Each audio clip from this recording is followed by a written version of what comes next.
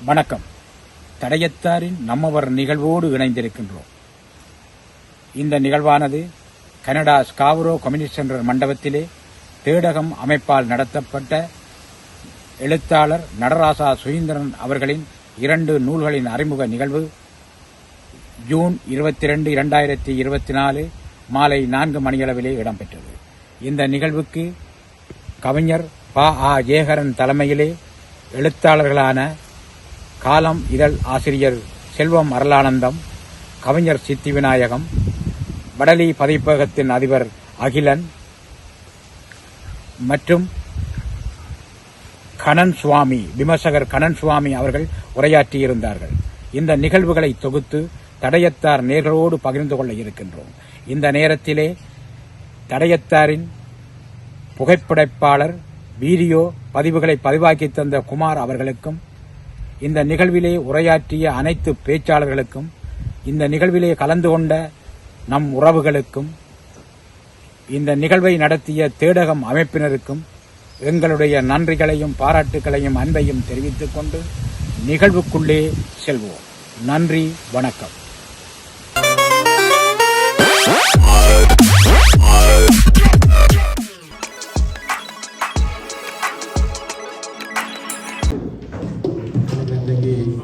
நாடகம் இருக்கப்படுறதால பார்க்கிங் போகுது. நாங்கள் இனி தொடங்குவோம். கொஞ்சம்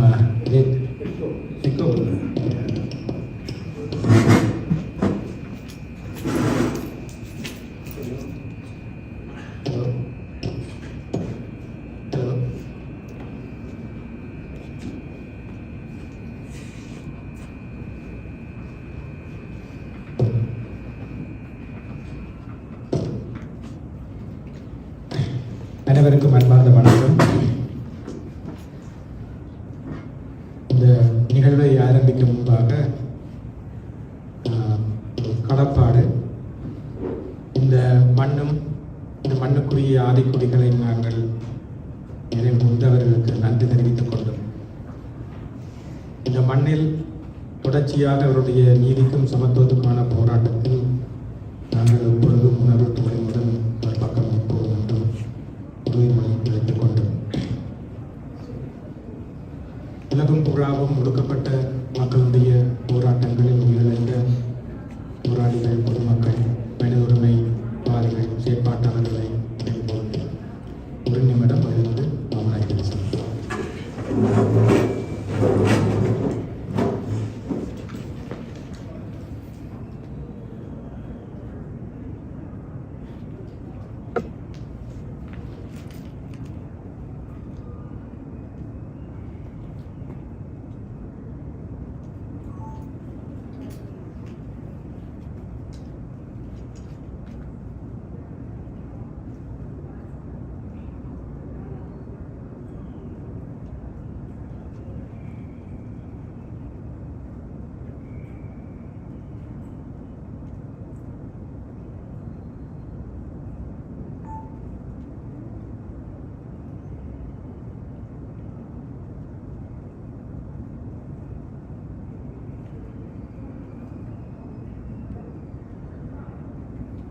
நன்றி.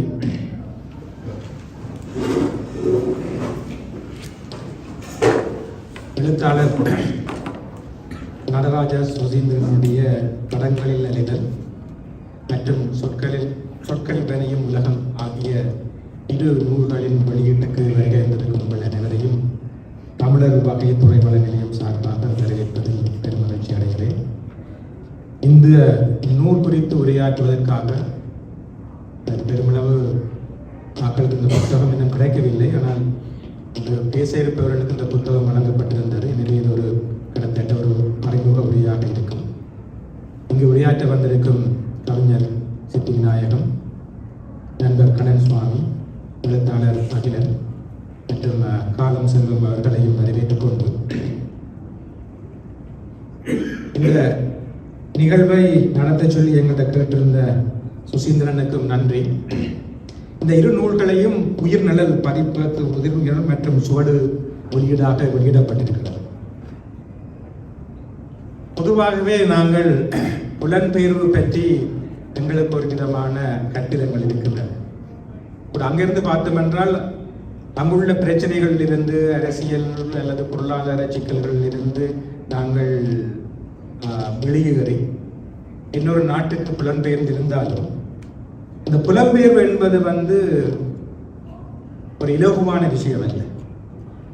வெளியிலிருந்து பார்க்குறாங்க, நீங்கள் போயிட்டீங்கன்னு சொல்லாமடி. ஆனால் புலம்பெயர்வு எங்களுடைய வாழ்வு அனுபவங்களும் எங்களுடைய வழிகளும் அது மிக முக்கியமானது.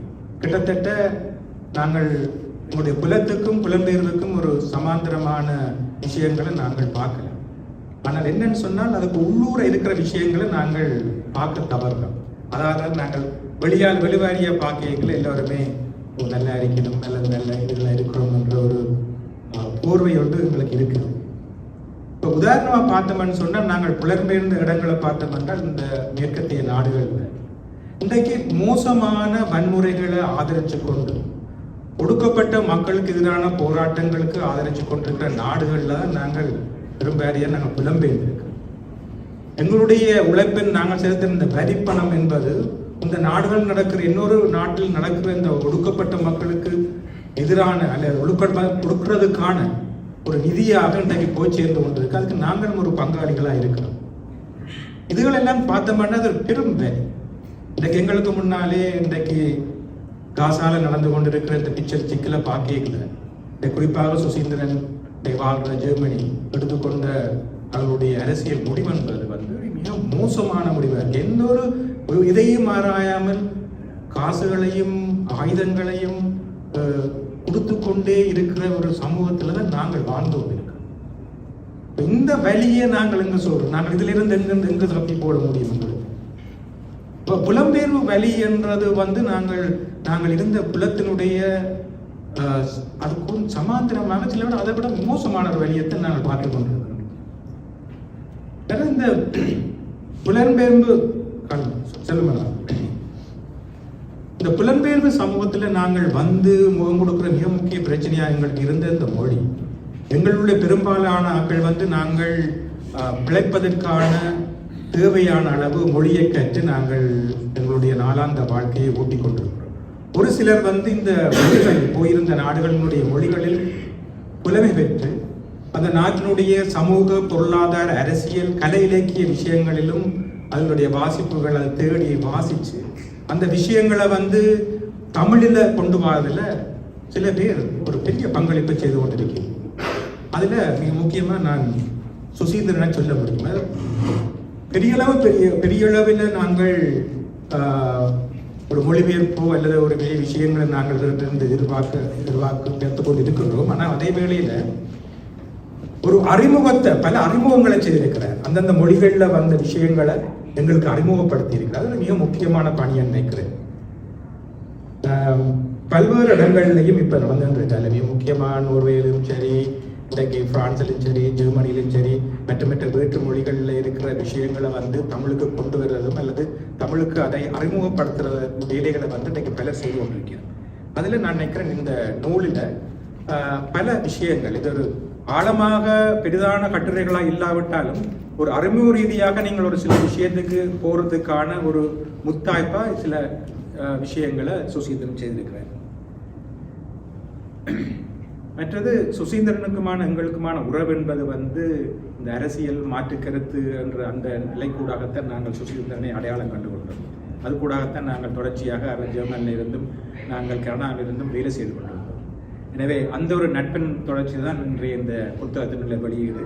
இந்த புத்தகம் குறித்து மிக ஆழமாக வாசித்து உரையாற்றுவதற்காக 4 பேர் இன்றைக்கு எங்களுக்கு வந்திருக்கிறோம். அவையில் நீங்கள் ஒன்றும் பயப்பட தேவையில்லை. அவர்கள் சிறந்த பண்பட்ட பேச்சாளர்கள். எனவே நான் சொல்லிடுவோம் அவர்கள். எனவே நான் முதலாவதாக இந்த நூல் குறித்து உரையாற்றுவதற்கு சுசீந்திரனுடைய நண்பரும் கவிஞரும், கவிஞரை தெரியும், எங்களுடைய மரணத்துள் வாழ்வோம் தொகுப்பில் அவருடைய கவிதையை நான் முதல் வாசித்ததிலிருந்து தான் அவருடைய பெயர் பரிச்சயம். அப்புறம் அவர் கனடாவுக்கு புலம்பெயர்ந்து வாழ்ந்ததில் அவருடைய சந்திப்புகளும் அவருடைய படைப்புகள் சிலவற்றை இங்குள்ள பத்திரிகைகள் சஞ்சிகளில் பார்த்து இருக்கிறேன். அவர் ஆழமான வாசிப்பு கொண்டவர். எனவே அவரை இந்த இரு நூல்கள் குறித்து உரையாற்ற அழைக்கின்றேன். கவிஞர் சித்தி விநாயகம்.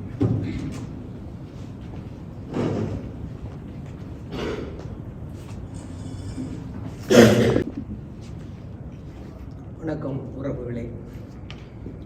அலைக்கரம் அணைக்க இந்து மாக்கடலுள் கல்வேலி அணிந்து நீண்டு கிடக்கிற நெடுந்தீவனை மகிழ்கிற தருணம். அந்த எழிலொரு தீவின் அரும்பெரும் மக்களும் பெரு இலக்கியவாதிகளும் நிறைந்திருக்கிற இந்த அவையை நான் வணங்குகிறேன். நல்லெழுத்தாளுமையான சுசீந்திரனை போற்றுகிற மதிப்பார்ந்த இந்த இலக்கிய அவையை நான் போற்றுகிறேன்.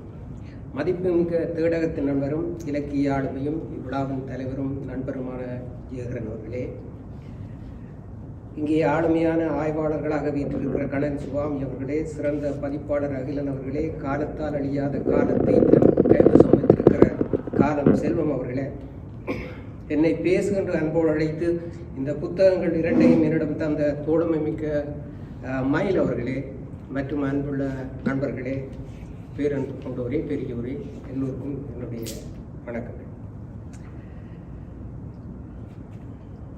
நான் ஒரு நல்ல பேச்சாளன் அல்ல, ஆனாலும் நான் ஒரு வாசகனாக இங்கே வந்திருக்கிறேன். இவர்களை போல ஒரு நல்ல தரமான பேச்சாளன் கிடையாது. தோழர் சுசியின் காத்திரமான எழுத்துக்களை மறுபடியும் வாசிக்கும் பொழுது மனம் குதூகலம் அடைகிறது.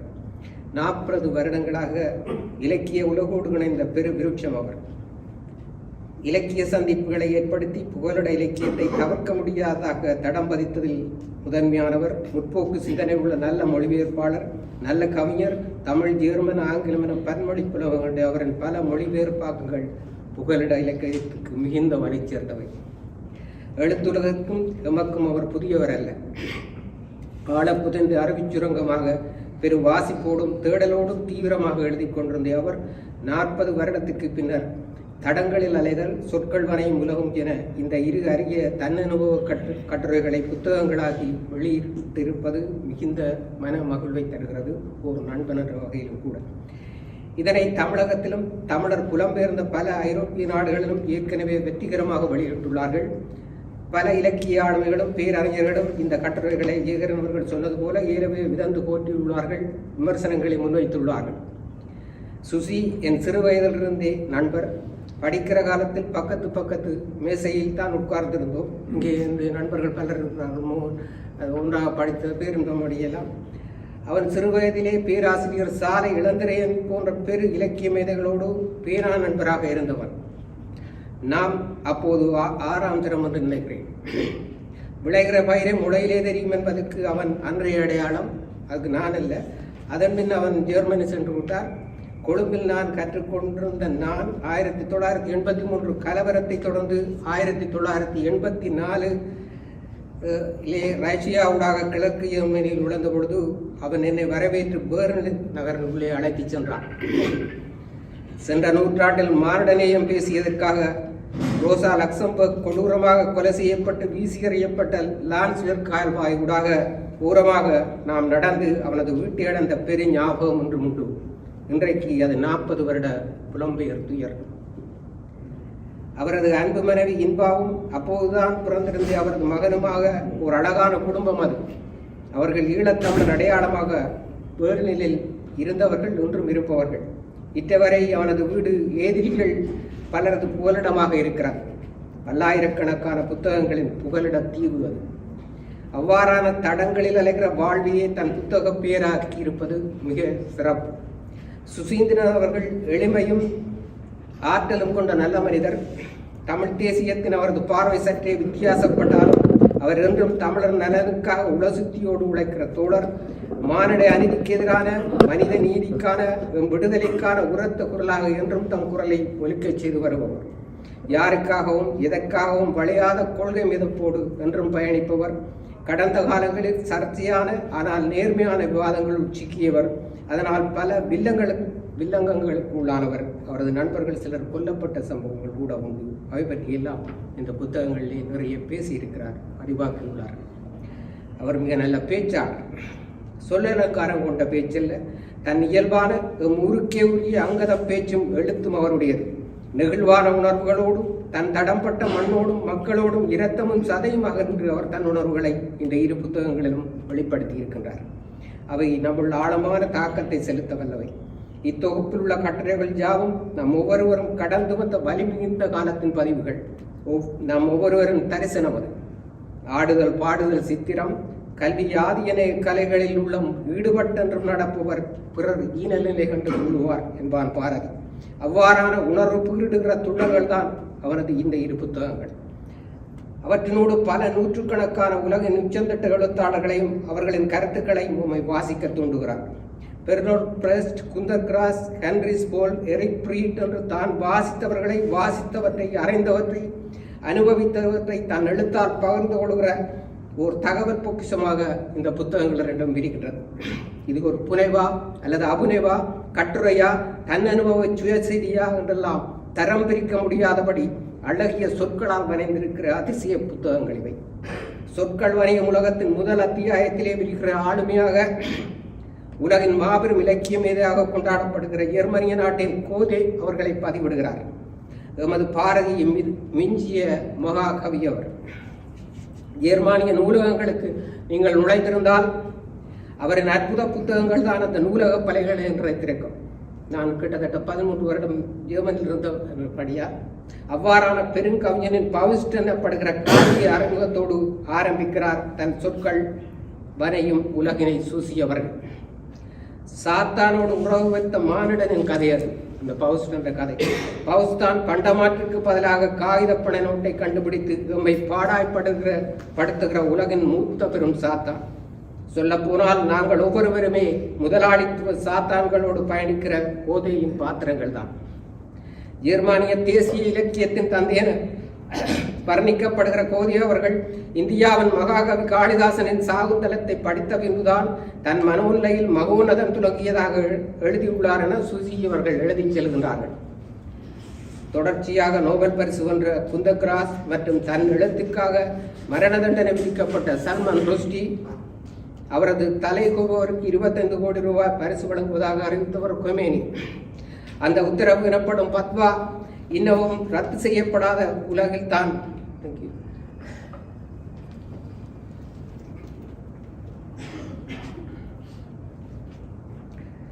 இன்னமும் ரத்து செய்யப்படாத உலகில்தான் நாம் ஜனநாயகம், எழுத்து சுதந்திரம் பற்றி பேசுபவர்களாக இருக்கிறோம். ருஷ்டியின் சட்டனிக் பேசஸ் எனப்படும் சாத்தானின் சங்கீதத்தை மொழிபெயர்த்ததால் கொல்லப்பட்டவர் ஜப்பானிய மொழியாளர். கம்யூனிச சித்தாந்தங்களை கடும் விமர்சனத்துக்குள்ளாகிய விலங்கு பண்ணையை எழுதிய ஜோர்ஜ் ஆர்வெல் எனப்படுகிற பலரது கதையை சுசி இந்த 2 புத்தகங்களிலும் பதிவாக்கியுள்ளார். மக்சினுடைய கோமோபாபர் மெய்யியல் கோட்பாட்டை எழுதிய விக்கன்சன், ஜாக் லண்டன், கானகத்தின் குரல் என 23 பேர் ஆளுமைகளின் எழுத்துக்களை எம்மன் அறிமுகமாக்கின்றார் அவர். அவர்களோடு தொடர்புள்ள பல எழுத்தாளர்களையும் கோடிட்டு காட்டி வாசிக்க தூண்டுகிற வசீகரம் அவருடைய எழுத்து. கனடாவின் யூகன் மாநிலத்தில் 1890களின் ஆரம்பத்திலே தங்க வேட்டைக்காக வரிகொண்டலைந்த பேராசைக்காரர்களில் தானும் ஒருவராக இருந்ததாக எழுத்தாளர் ஜாக் லண்டன் பதிவு செய்கிறார். அவருடைய இந்த தேடுதலைப் போலவே தமிழகத்தில் ஏற்பட்ட தாது வருட பஞ்சத்தையொட்டி இலங்கை, பர்மா, பீஜி தீவுகளுக்கு சென்றவர்களின் பரிதாப கதைகளின் முடிச்சை ஒன்றோடு ஒன்றாக பொருத்த முயல்கின்றார் சுசி. ஹெம்பிங்கே, சினிபா அசாபே, தஸ்தாவேஸ்கி, நீட்சே, நோபல் பரிசு வென்ற குருணா என்ற பக்கத்திற்கு பக்கம் படிப்போரை பரவசப்படுத்தி பலரையும் வாசிக்க தூண்டுகிறது இவரது எழுத்து நடை. ஜாக் லண்டன் லெனினுக்கு பிடித்த எழுத்தாளராக இருந்தார் என்பதும், ஜாக் லண்டனின் அற்புத கதையொன்றை எம்முடைய புதுமை பித்தன் அன்றைய நாட்களில் உயிராசை என்கிற குறுநாவலாக மொழிபெயர்த்தார் என்கிற செய்திகள் எனக்கு புதியவை, வியக்க வைப்பவை. சொற்கள் வரைகிற நல்ல புத்தகங்களை நமக்கு அறிமுகமாக்குற நல்ல பணியை இந்த எழுத்தினூடாக செய்ய முயல்கின்றார் சுசி. இதற்கான அழகான அணிந்துரையை சுசியின் இலக்கிய தோழியான லக்ஷ்மி எழுதியுள்ளார். ஆங்கிலம் பிறந்த கதையை எழுதியவர் செல்லத்தம்பி ஸ்ரீ ஸ்கந்தராஜா அவர்கள். பிறமொழியில் கடன் பெற்ற அம்மொழியின் அபரிமித வளர்ச்சி பற்றி நாம் கற்றுக்கொள்ள வேண்டிய செய்திகள் பல அதில் உள்ளன. அவை பற்றியெல்லாம் தெளிவாக பேசியுள்ளார் சுசி. இவற்றிற்கெல்லாம் மேலாக நைஜீரிய எழுத்தாளர் சினுபா ஆஸ்பே சொல்வார், எனது பயமெல்லாம் இனிவரப்போகும் காலங்கள் பற்றியதே. இந்த முதலாளித்துவ பேய்களின் நோக்கமெல்லாம் சும்மா வரும் வியாபாரம் அல்ல. இந்த மண்ணையும் மனிதர்கள் எங்களையும் ஆக்கிரமித்துக் கொள்வதே அவர்கள் நோக்கம். எமதென்று உரித்துடைய எல்லாவற்றையும் எமக்கென இருந்த எங்கள் வாழ்க்கையின் முறைகள், கலாச்சாரங்கள், மொழி அடங்கலாக அனைத்தையும் நாம் இழந்துவிடப் போகிறோம். இது நைஜீரிய எழுத்தாளர் சிறுவா ஆசபேயின் அச்சம் தோய்ந்த குரல். இந்த அவலக்குரல் டொரண்டோ தெருவில் அலைகிற எங்களின் குரல். பனிபடர்ந்த தெரியா சுடலைகளில் சவமாகி விட காத்திருக்கிற அகதிகளாகி எங்களின் அச்சக்குரல். 49 வருடங்கள் மட்டுமே வாழ்ந்து கிடந்த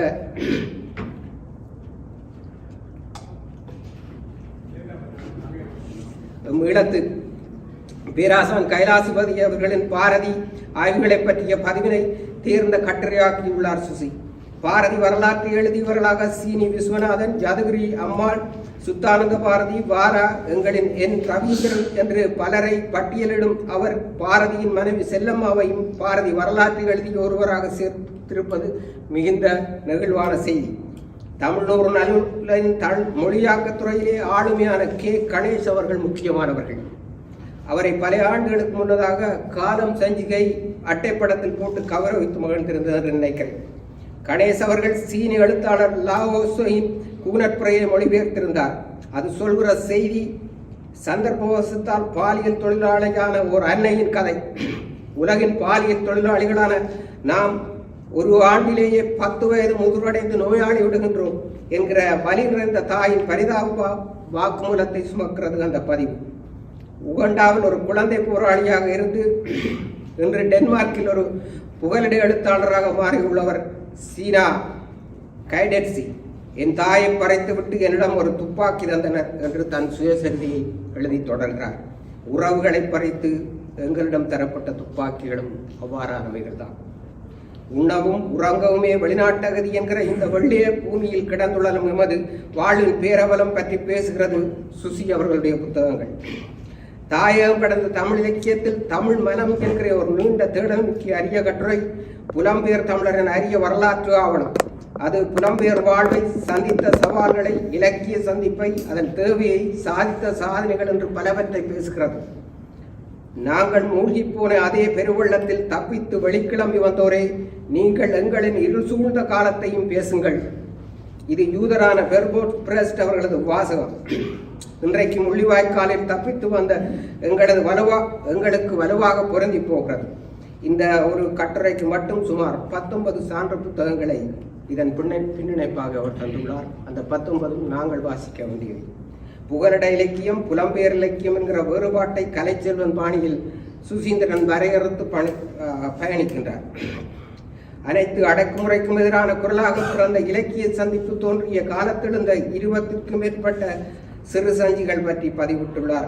அன்றைய காலகட்டத்திலே வெளியாகிய தூண்டிலில் என்னையும் கூட எழுத வைத்திருந்தார் சுசி அவர்கள். அவரது சொற்கள்வனையும் உலகத்தின் கடைசி கட்டுரையாக திகழ்வது 2009 என்று நினைக்கிறேன். தமிழரை கொன்றபின் வெற்றி வீரனாக அமெரிக்காவுக்கு வந்த மஹிந்த ராஜபக்சவை மிகுந்த கேள்விக்குள்ளாகிய வரவேற்புரை நிகழ்த்திய சட்டத்தரணி பில்லி அவர்கள் நூறு அமெரிக்காவில் அந்த மிகுந்த விமர்சனம் பெற்ற வரவேற்புரையை அழகிய தமிழாக்கம் செய்துள்ளார் சுசி அவர்கள். அற்புதமான மொழியாக்கும் அது. அடுத்த புத்தகமான தடங்களில் இது பல நேரம் அடுத்த புத்தகமான தடங்கள் டைம் இருக்கும், நேரம் கட்டுப்பாடுகள் இல்லையா, தடங்களில் அலைதல் பற்றி சிறிது பேசிவிட்டு நான் முடிவு கொண்டு வரலாம் நினைக்கிறேன். அந்த தடங்கள் என்பது 120 பக்கங்களோடு பயணிக்கின்றார். அதற்கு அருமையான முகவுரையை தந்துள்ளார் கவிஞர் தேவேந்திர பூபதி அவர்கள். உண்மையில் நாம் தடங்களில் அலைகின்றோமா அல்லது நாம் தடம் மாறி அலைகின்றோமா என்கிற கேள்வியை கேட்க வேண்டிய கட்டாயத்தில் உள்ளோம். 30 ஆளுமைகளை பற்றிய கட்டுரைகள், 10 ஆளுமைகளை இழந்த அஞ்சலி குறிப்புகள் என அது 40 அத்தியாயங்களாக தொடர்கிறது. அதன் முத்தாய்ப்பாக வைகரை தெளிகிற ஒளிர் நட்சத்திரமாக பேராசான் நித்யானந்தம் அவர்களுடைய மேன்மையை பேசி தொடங்குகிறது. அது பேராசான் நித்தியவர்கள் தமிழ் கூறு நல்லுலகின் தவிர்க்கவியலாத வரலாறு. அடுத்த கட்டுரை பத்மநாப ஐயரா தமிழ் பணியை பேசுகிறது. வேரோடும் வேரடி மண்ணோடும் வழிக்கிளம்பியோரின் வேதனை பாடிய கவிஞர் வில்லரத்தினத்தை அலையாசிரியர் கவிஞர் யேசுராசாவை என்று அது பலரின் தடம் தேடி அலைகிறது. ஏகாந்தனை பேசுகிறது.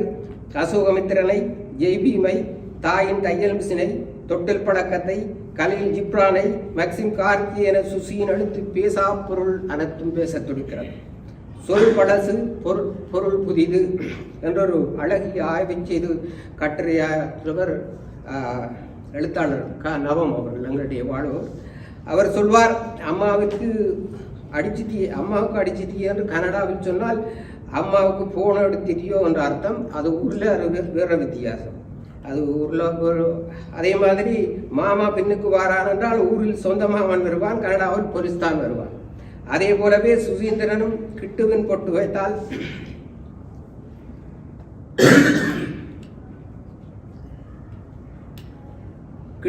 கிட்டுவின் பொட்டு வைத்தல் என்கிற நெற்றி பொட்டு பூவை அவர்களின் சங்கீத குறியீடுகளை பட்டவர்த்தனமாக பதிந்து செல்கின்றார்.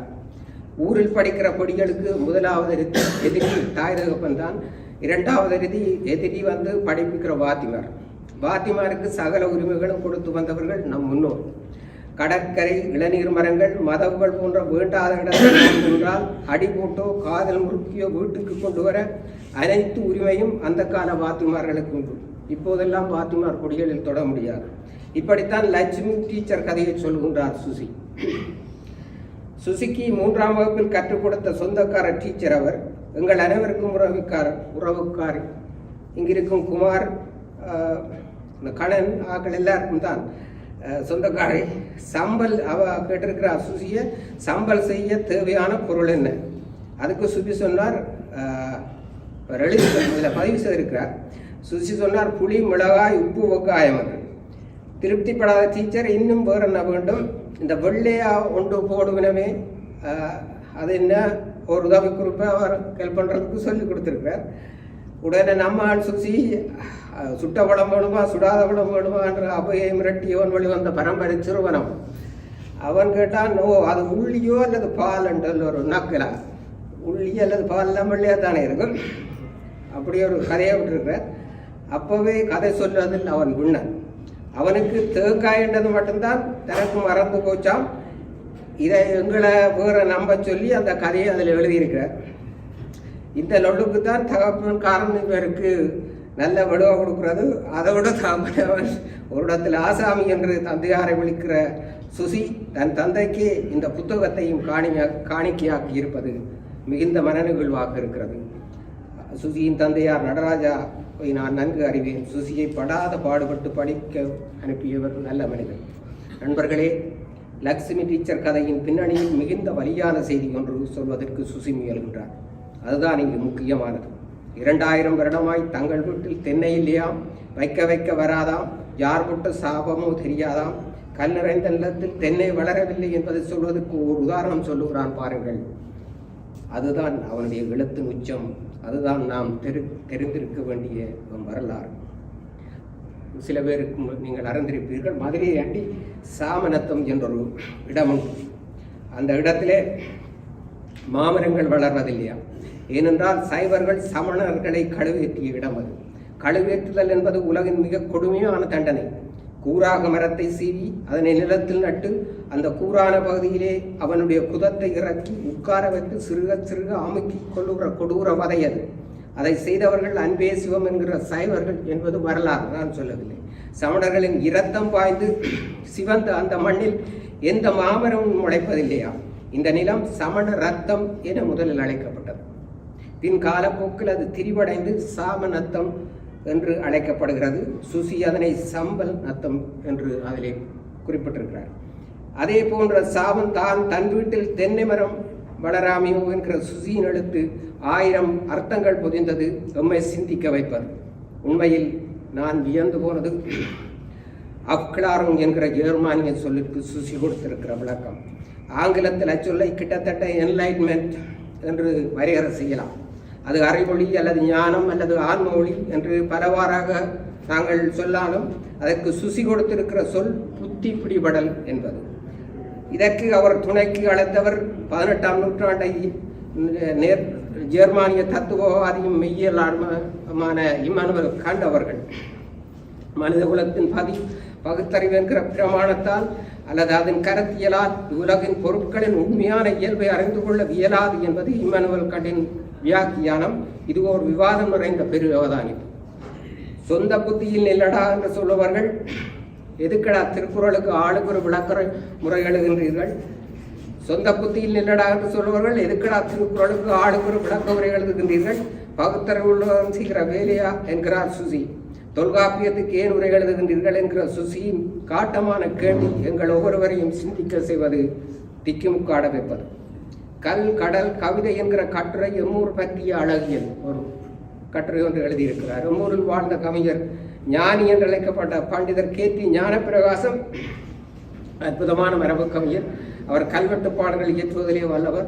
மரபு பிசகாத விருத்தப்பாக்களால் 1400க்கும் மேற்பட்ட பாடல்களை பாடியவர் என்கிற செய்தியை தருகின்றார் சுதி. உண்மையில் பல்லாயிரக்கணக்கான பாடல்களை பாடிய பெருந்தகை அவர் என்பது என்ன அனுமானம். அடுத்து அதிபர் தர்மலிங்கம் பற்றிய அஞ்சலி. விமான தாக்குதலால் கொல்லப்பட்டு விழுந்த அதிசயமிக்க துடிப்பான அந்த இளைய அதிபர் பற்றி எழுதும் பொழுது பங்கர்வாடி நாவலில் வருகிற கிராமத்தின் ஆசிரியராக அவரை வர்ணிப்பது அற்புதம்.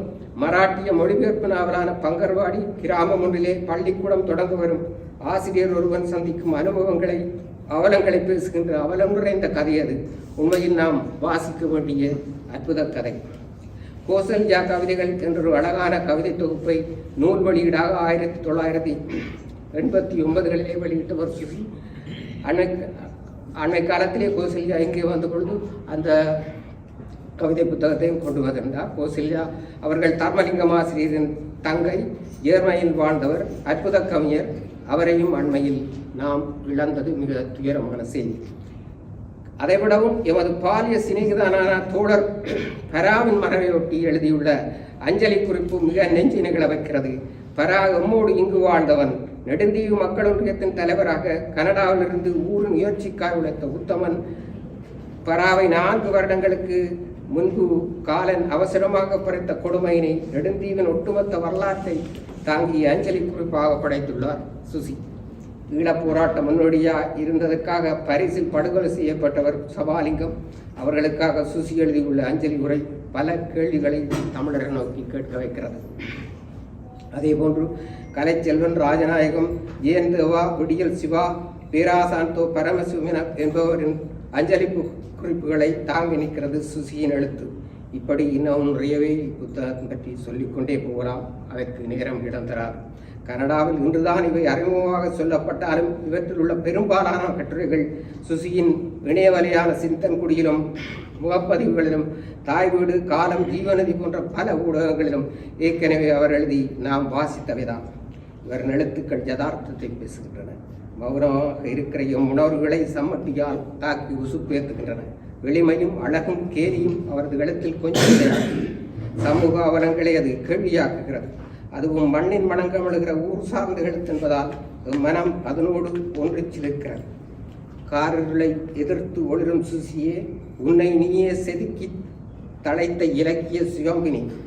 வியாபாரிகளாய் எதை வேண்டுமானாலும் எழுதி தொலைக்கிற பாடும் உலகில் மானிட உன்னதத்தை மட்டுமே எழுதுகிறது உன் எழுத்து. இருளை மன்று துப்பியபடி உன் எழுத்துக்களால் விடுகிறது இவ்வுலகு. தமிழியம், தலித்தியம், பெண்ணியம், சூழலியம், மார்க்சியம் என்றெல்லாம் பலவர்ணமாய் இலக்கியத்தை சந்திக்க வைத்து சிந்திக்க வைத்த சுசீதரனி. பனிமூட்டம் நிறைந்த பேர்லின் நகரத்தின் பெருஞ்சுவர் தாண்டியும் நிற்காமலோடிய இலக்கிய பெருநதி. துரோகங்களையும் ஏளனங்களையும் ஏமாற்றங்களையும் ஏணிப்படியாக்கி அறிவு தத்துவமாய் தாண்டவமாடும் மொழிபெயர்ப்பு இலக்கிய தோட்டம். வாழ்க உன் எழுத்து. அவனை நேசிப்போம், அவன் எழுத்தை வாசிப்போம். தோழியர்களே, நன்றி. நன்றி சித்திக் நாயகம். நல்ல உரை. இந்த புலம்பெயர்வு வாழ்வில் ஏன் நாங்கள் எழுத்தை தேர்வு செய்கிறோம்? வேறு வேறு வேலைகள் இருக்குது, செய்துட்டு போகலாம். இதில் ஒரு குறிப்பிட்ட பேர் தான் இந்த எழுத்தை கையில் எடுக்கி.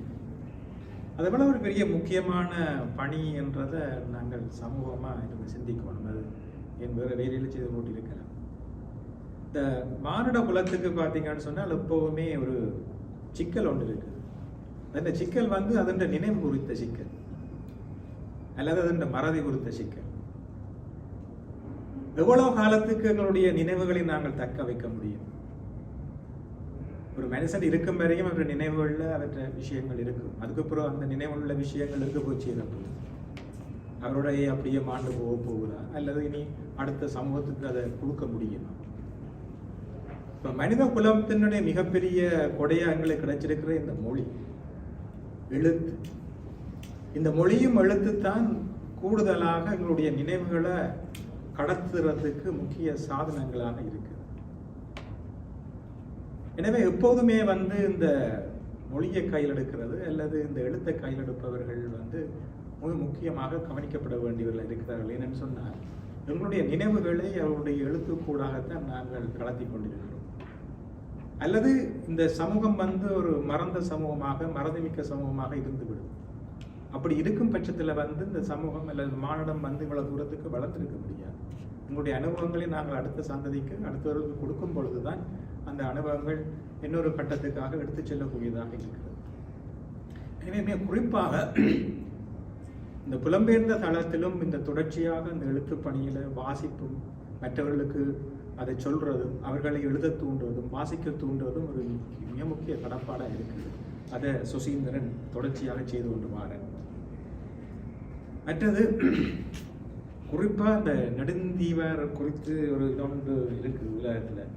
கொஞ்சம் ஆக்கள் கராரான ஆக்கள், கொஞ்சம் ஆக்கள் அடிமுடிக்காரர் என்று சொல்லி எனக்கும் ஒரு நெடுந்தீவு இருக்கு, நெடுந்தீவு அடியோண்டு இருக்குது. நான் அதை வெளியால தேவையான நேரம் மட்டும் பாருங்க, எங்க அடிமுடி எங்க அடிமுடி தான் நானும் நெடுந்தீவு தான் என்று சொல்றேன் நான். ஆனால் நெடுந்தீவு நெடுந்தீவில் இப்போ ஒருத்தர் சண்டிகர் ஒருத்தரும் இல்லை. ஏன்னா அங்கேருந்து எல்லாரும் வெளியால வந்துட்டோம். எல்லாரும் குறிப்பாக கனவேர் இப்போ கனடாவில் இருக்கேன். விஷயமான ஆக்கள் தான், விஷயமில்லை இருக்க மாட்டாங்க. நெடுந்தீவு நெடுந்தீவை பற்றி இப்போ நான் அங்கே இருக்காட்டிக்கும் நெடுந்தீவு மக்களோட அவர்களுடைய வாழ்ந்திருக்கிறேன். அவருடைய பண்பாடு, அவருடைய விஷயங்களோட எனக்கு நல்ல நெருக்கம் இருக்கிறது.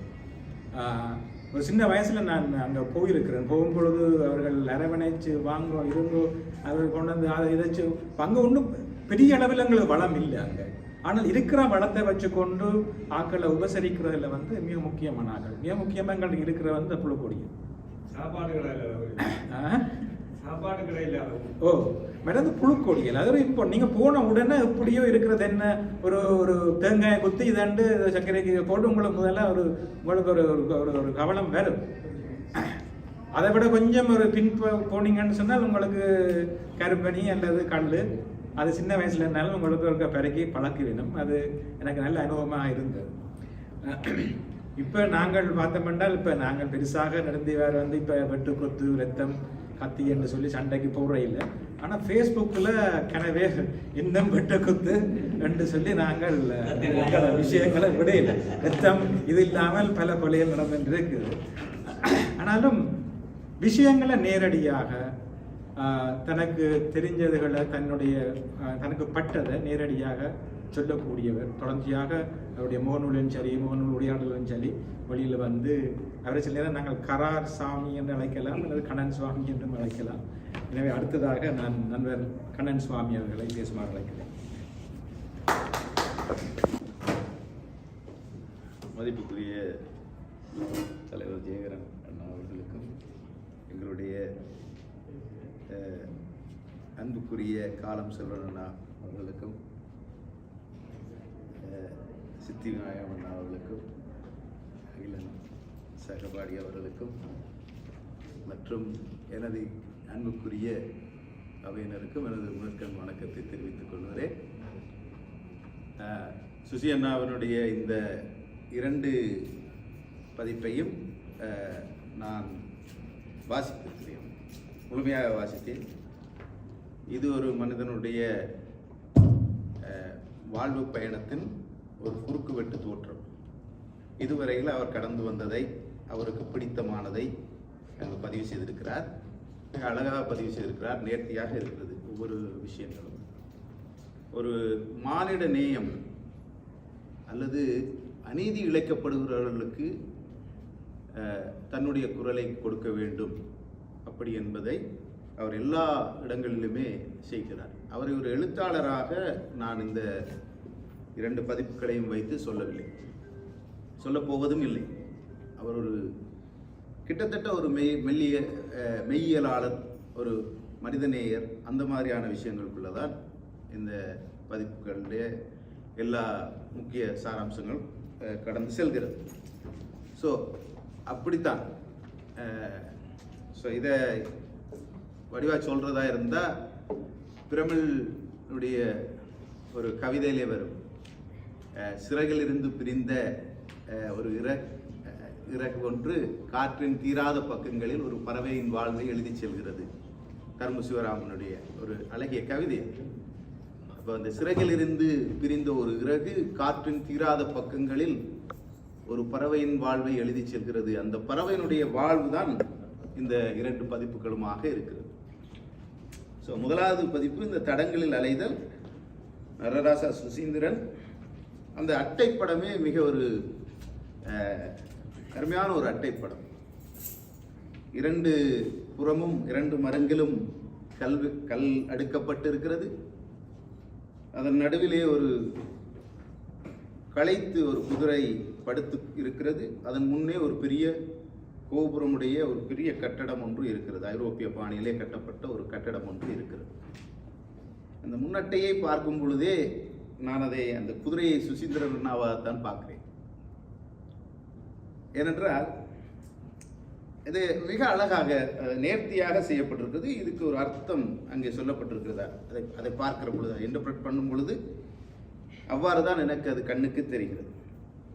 இந்த குதிரை ஊரெல்லாம் போய் பார்த்திருக்கிறது. பார்த்துவிட்டு வந்து ஒரு ஐரோப்பாவிலே ஒரு இடத்திலே வந்து அவர் அமைதியாக பார்த்து கொண்டிருக்கிறார் அப்படி என்ற ஒரு மாதிரியான ஒரு இதைத்தான் அங்கே பார்க்குறேன். ஸோ இப்போ நான் வந்து அவருடைய சில எழுத்துக்களில் சில வாசிக்கலாம் இருக்கேன். என்னென்னா தோப்பா அவர்கள் வந்து ஒரு பேராசிரியர் தோப்பா அவர்கள் வந்து தோ பரமசிவம் அவர்கள் வந்து ஒரு மிக பிரசித்தி பெற்ற ஒரு வரலாற்று ஆய்வியலாளர், ஒரு தலை சிறந்த எழுத்தாளர், நிறைய வரலாற்று ஆய்வுகளை செய்தவர். ஸோ அவரை நான் சென்னை பல்கலைக்கழகத்திலே ஒரு முறை சந்திக்க நேர்ந்தது, சென்னை பல்கலைக்கழக நூலகத்திலே. அப்போ எனக்கு ஒரு சந்தேகம் இருந்தது. நீண்ட காலமாக எனக்கு ஒரு சந்தேகம், எங்கள் ஊரிலே இருக்கக்கூடிய குதிரைகள் யாவும் யார் கொண்டு வந்தது இப்படி என்று சொல்கிற ஒரு பெரிய ஐயப்பாடு. இன்றைக்கும் அது வந்து ஒரு பல வரலாற்று திரிவுகள் அல்லது அரசியல் நோக்குகள் அவ்வாறான அல்லது அறிதலற்ற தன்மை, அவர்களுக்கு போதாமை, இவ்வாறான விஷயங்களிலே அந்த குதிரைகள் ஐரோப்பியர்களாலே கொண்டு வரப்பட்டது அப்படி என்ற மாதிரியான ஒரு கருத்தியல் உண்டு. ஸோ இதை நான் தோப்பா அவர்களிடம் கேட்டேன், ஐயா இப்படி இந்த விஷயம் இருக்கிறது, எங்களுடைய குதிரைகளினுடைய தோற்று எங்குவாக இருக்கும், எங்க இருந்து இந்த குதிரைகள் வந்திருக்கும் அப்படி என்று.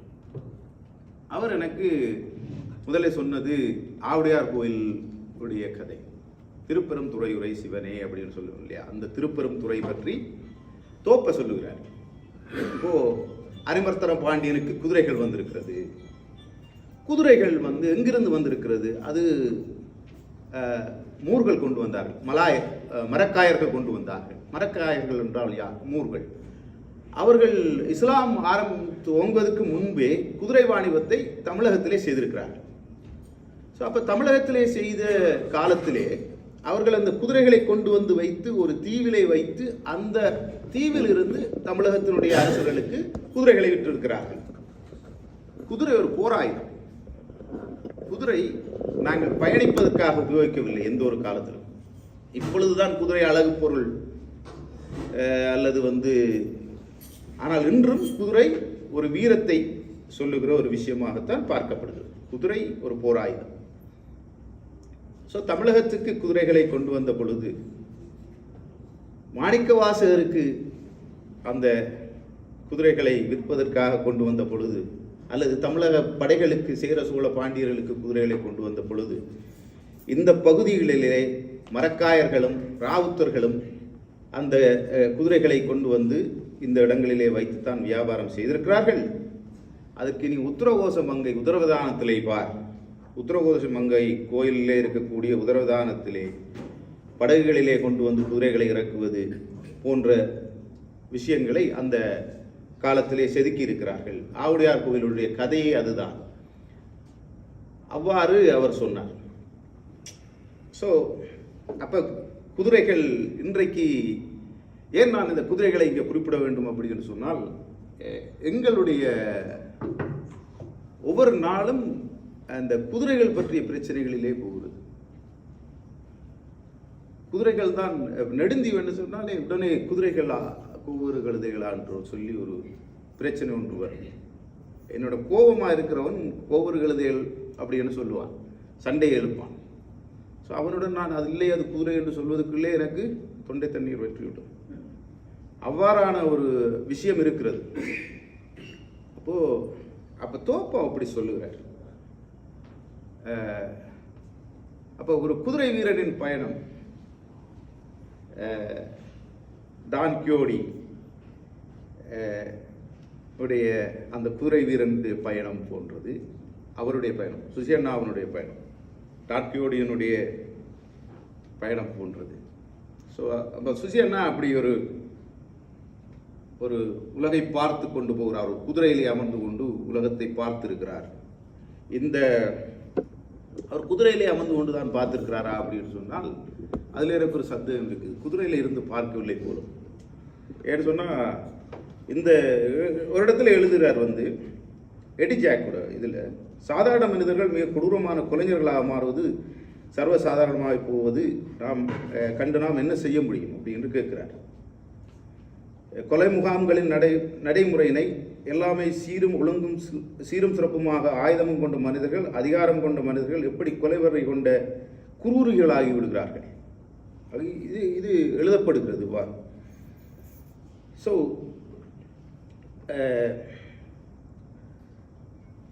தசையும் இரத்தமும் தசையுமாக இவற்றை அனுபவித்த மனிதனின் வாக்குமூலத்தை வாசிக்கிற பொழுது நாம் குழம்பி விடுகிறோம். மனிதத்துவத்தின் மீதும் ஒவ்வொரு அதிகாரத்தின் மீதும் சந்தேகங்கள் வலுக்கின்றன. பாசிச கருத்துகளுடன் அள்ளுண்டு போகாதிருக்க வேண்டுமானால் இது போன்ற நூல்கள் இன்னும் வர வேண்டும். நாமும் அவற்றின் தாற்பயம் இருந்து பாராட்டி வாசிக்க வேண்டும். ஆனால் நாங்கள் அப்படி செய்ய மாட்டோம். நாங்களும் அதனுடன் அள்ளுண்டு போய்விடுகிறோம். இந்த சமூகம் அவ்வாறானதாகத்தான் இருக்கிறது. பாசிச கருத்தை அதை எதிர்ப்பது இல்லை, அதனுடன் நல்லுண்டு போகிறது தான் எங்களுடைய வரலாற்றினுடைய பக்கங்களாக இருக்கிறது. நாங்கள் அதை அனுபவ ரீதியிலே அனுபவித்திருக்கிறோம். இன்னொரு இடத்திலே சொல்லுகிறார், ஒரு தலைமுறையினின் இரட்டை நிலை, பாசாங்கு, போலித்தனமும் மேலோங்கிய பொருளாதார வாழ்வு எப்படி அடுத்த தலைமுறையினை பாதிக்கிறது என்றும் சொல்லுகிறார். ஒரு தலைமுறை இன்றைக்கு நாங்கள் ஒரு ஆதரவு நிலைப்பாட்டில் இருக்கிறோம். திடீரென்று அது ஒரு யூத கதைகளிலே வருகிறது. நாசிக்களை அடைத்து வைத்து துன்பம் செய்கிற ஒரு நாசிக்கள் யூதர்களை அடைத்து வைத்து இது பண்ணுறார்கள். பிறகு அவர்களே யூதர்களுக்கு ஆதரவானவர்களாக ஒரு காலகட்டத்துக்கு பிறகு வாரார்கள். போர் முடிந்ததுக்கு பிறகு நாசிகள் யூதர்களோட நல்லவர்கள் போன்று அப்படியே இருக்கிறார்கள். அப்போ ஒரு இரட்டை நிலைப்பாட்டுக்கு வந்து விடுகிறார்கள் அப்படின்ற மாதிரி. மற்றது முத்தம்மாள் பழனிசாமியின் நாடு விட்டு நாடு, அங்கே பெரிய வழிகளை சொல்கிறது. அது இந்த மாதிரியான விஷயங்கள் எல்லா இடத்துலையுமே எங்களுடைய வாழ்வியலை அவர் பொருத்தி பார்க்குறார். எல்லா இடத்துலையுமே நீங்கள் பார்த்தீங்கன்னா அத்தனை கதைகளிலுமே சொல்லப்படுகிறது. இந்த மரண ரயில் பாதை, அந்த பர்மா சயாம் மரண ரயில் பாதை கதையில் தமிழகத்திலே இருந்து கொண்டு செல்லப்பட்ட ஐஎன்எஸ்எஸ், இந்த இந்திய தேசிய இராணுவம், நேதாஜி சுபாஷ் சந்திர போஸினுடைய இராணுவத்தில் போய் இணைந்து கொண்ட இளைஞர்கள் எவ்வாறு அங்கு மிஸ்யூஸ் பண்ணப்படுகிறார்கள், அவர்கள் எவ்வாறு துன்புறுத்தப்பட்டு அவர்களுடைய வாழ்நாள் முழுவதும் அந்த ரயில் பாதையை இடுவதற்காக எவ்வாறு அங்கு அலக்களிக்கப்படுகிறார்கள், அவர்கள் செய்ய வந்த போர் எங்கவோ நடக்க அவர்கள் இப்படியே மிக குரூரமாக ஜப்பானியர்களால் துன்புறுத்தப்பட்டு அந்த ரயில் பாதையை அமைக்கிறார்கள். அவ்வாறான விஷயங்கள் எல்லாம் சொல்லப்படுகிறது. அது நீங்கள் அதை எல்லா இடத்துலையுமே பொருத்தி பார்க்கக்கூடியதாக இருக்கிறது.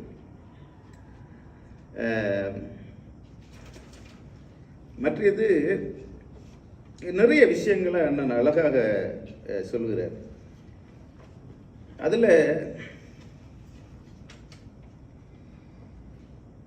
அண்மைக்கால வரலாறு வரை இது போன்ற சம்பவங்கள் நம் அரசியல் தலைவர்கள், புகழ்மிக்க மனிதர்கள் வாழ்வுடங்கள் நிறைய காணலாம். மன்னிப்பது, மறப்பது, தம்மை அழுத்தும் குற்ற உணர்வுகளை துணிவாக பேசுவது எல்லாமே மனிதரின் மகத்தான குணங்கள் அல்லவா? 2ஆம் உலகப் போரின் போது நாசிக்களின் பிரசார பத்திரிகை தினசரி இதை மக்கள் அவதானி என்று தமிழில் கூறலாம். அதை ஜெர்மனில் எழுதியிருக்கிறார். 20-30 வருடங்களுக்கு முன் பழையவற்றை கிளறும் போது அப்பத்திரிகையின் முழுப்பக்க நறுக்கென்று என் கைகளிலே அகப்பட்டது. காணாமற் போன யூதர்கள் என்ற தலைப்பிலே ஒரு கட்டுரை சொல்லப்பட்டிருக்கிறது. காணாமல் போன யூதர்கள், நீங்கள் அதை பொருத்தலாம். எழுதப்பட்ட முழுப்பக்க கட்டுரை அது. உண்மையில் நாளுக்கு நாள் யூதர்கள் கைது செய்யப்பட்டும் காணாமலாக்கப்பட்டும் நச்சுவாய் கூண்டுகளுக்கும் கட்டாய சாகுமுறையான வேலைகளுக்கும் கொண்டு செல்லப்பட்டு கொண்டிருந்த உச்சநிலை காலம் அது. இப்படி ஒரு தலைப்பில் ஜெர்மானிய இலக்கிய வரலாற்று நூல் எழுதிய பேராசிரியர் எழுதியிருந்தமை ஆச்சரியமாக இருந்தது. அந்த காலத்தை ஆனால் உள்ளே படிக்கும்போது தான் ஜெர்மன் இலக்கிய வரலாற்றில் பல யூத இலக்கியவாதிகளின் காலத்தை மீறி ஜெர்மன் இலக்கிய வரலாற்றில் பல யூத இலக்கியவாதிகள் காலத்தை மீறி நிற்க முடியாமல் காணாமல் போய்விட்டார்கள் என்று முடிக்கப்பட்டிருந்தது அக்கட்டுரை. என்ன ஒரு வக்கீரம் அது! இப்போ ஒரு நாசிக்கள் அவ்வாறு ஒரு காணாமல் போன யூதர்கள் என்ற தலைப்பிலே கட்டுரை எழுதிட்டு கடைசியாக கொண்டு வந்து அதை எழுதியிருக்கிறார்கள். ஜெர்மன் இலக்கிய வரலாற்றில் பல யூத இலக்கியவாதிகள் காலத்தை மீறி நிற்க முடியாமல் காணாமல் போய்விட்டார்கள் அவ்வாறு அது செல்லுகிறது. வாழ்வு அழகானது, அதில் மறத்தலும் நினைத்தலும் இன்றியமையாதன. மனிதர்கள் அன்புமயமானவர்கள். போர் ஓய்ந்து விடலாம், ஆனால் காயங்களிலிருந்து சிகில் வடிதல் அடுத்த 100 ஆண்டு வரை ஆறாதிருக்கக்கூடும் அப்படி என்று சொல்லி ஹென்ரிச் போல் சொன்னதையும் எழுதியிருக்கிறார். ஸோ இதே என்னென்னா, அவர் ஏங்கி இருக்கிறார். எல்லாவரும் போல, எங்களைப் போல ஒரு பெரிய ஒரு அமைதிக்காக அவர் ஏங்கி இருக்கிறார். ஏங்கி கொண்டு தான் இருக்கிறார். இன்றைக்கும் அந்த மக்களினுடைய விஷயங்களில் அவர் ஒரு மாந்த நேயத்துடனே இதை எல்லாவற்றையுமே எழுதியிருக்கிறார். இந்த கலீல் ஜிப்ராஹிம் செங்கல்லி சித்தனம் அப்படி என்று சொல்லி ஒன்று எழுதியிருக்கிறார். மிக எங்களுடைய சமூகம் எவ்வாறானது அப்படி என்றது நீங்கள் அந்த நூலில் இருக்கிறத அதை வாசிங்கள். அது மிக அழகாக சொல்லப்படுகிறது. நான் அதை இதில் வாசித்தா நல்லா இருக்காது, நீங்கள் அதை வாசிங்க. என்னென்னு சொன்னால், மற்றது ஒரு அகதி வாழ்வு, அதை பற்றி மிக அழகாக அவர் எல்லா இடங்களிலுமே குறிப்பிடுகிறார். ஒரு டான்தே சொன்னதை ஒரு இடத்திலே குறிப்பிடுகிறார். டான்தே 1200களில் 1200 கடைசி காலங்களில் வாழ்ந்த ஒரு இத்தாலிய ஒரு கவிஞர், ஸ்டேட்மேன், மெய்யியலாளர், அந்த மாதிரியான பெரிய ஆள் டான்தே. அவருடைய கவிதை ஒன்றிலே சொல்லப்பட்டிருப்பதாக சொல்லுகிறார். ஒரு அகதியினுடைய வாழ்விலே இருக்கிற படிகள் எல்லாம் செங்குத்தானவைகள்.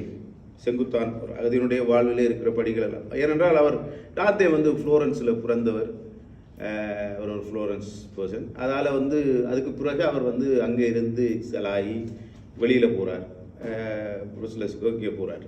போயிட்டு திருப்பி அவர் திருப்பி இத்தாலியில் தான் அவர் மறிக்கிறார். பிறகு டான்தேனுடைய ஊரில் திருப்பி அவருடைய எலும்புகளை திருப்பி கொண்டு ஃப்ளோரன்ஸ் நகரிலே திருப்பி 1600களிலிருந்து திருப்பி அவர் கல்லறை கட்டினார்கள். ஸோ அது ஒன்று. அதுக்கு பிறகு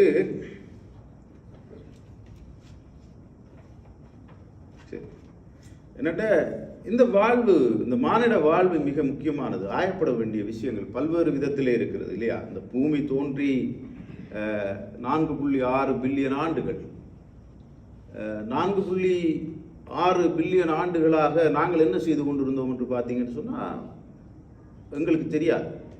நாங்கள் எங்கோ ஒரு இடத்துல இருள் சூழ்ந்து இருந்திருக்கிறோம். நான் 1976 வரைக்கும் எனக்கு யாரென்றே தெரியாது இல்லையா? என்னுடைய கண்கள் இருட்டாகவே இருந்தது. நான் இந்த பூமியிலே பார்ப்பதற்கு எதுவுமே இருக்கவில்லை. 4.6 பில்லியன் ஆண்டுகளாக நான் இந்த பூமியை பார்க்கவில்லை. இப்பொழுதுதான் என்னுடைய கண்கள் திறக்கப்பட்டிருக்கிறது.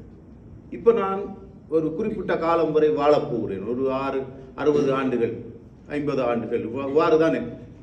அப்போது இந்த சொற்ப காலத்துக்குள் நாங்கள் வாழ்ந்து இந்த பூமியை பார்க்கிறோம். அதற்கு பிறகு திருப்பவும் எங்களுக்கு இருள், அடுத்த 5 பில்லியன் ஆண்டுகளுக்கு திருப்பவும் இருள் தான் வரப்போகிறது. அப்போ இந்த ஷார்ட் விண்டோஸில், இந்த குறிப்பிட்ட ஒரு காலத்துக்குள்ள நாங்கள் எதையெல்லாம் பார்க்க போகிறோமோ அதுதானே ஒரு விஷயமாக எங்களுடைய இதில் இருக்க போகிறது. மற்றபடிக்கு நாங்கள் அழிந்து போகிறோம். அப்போ அதை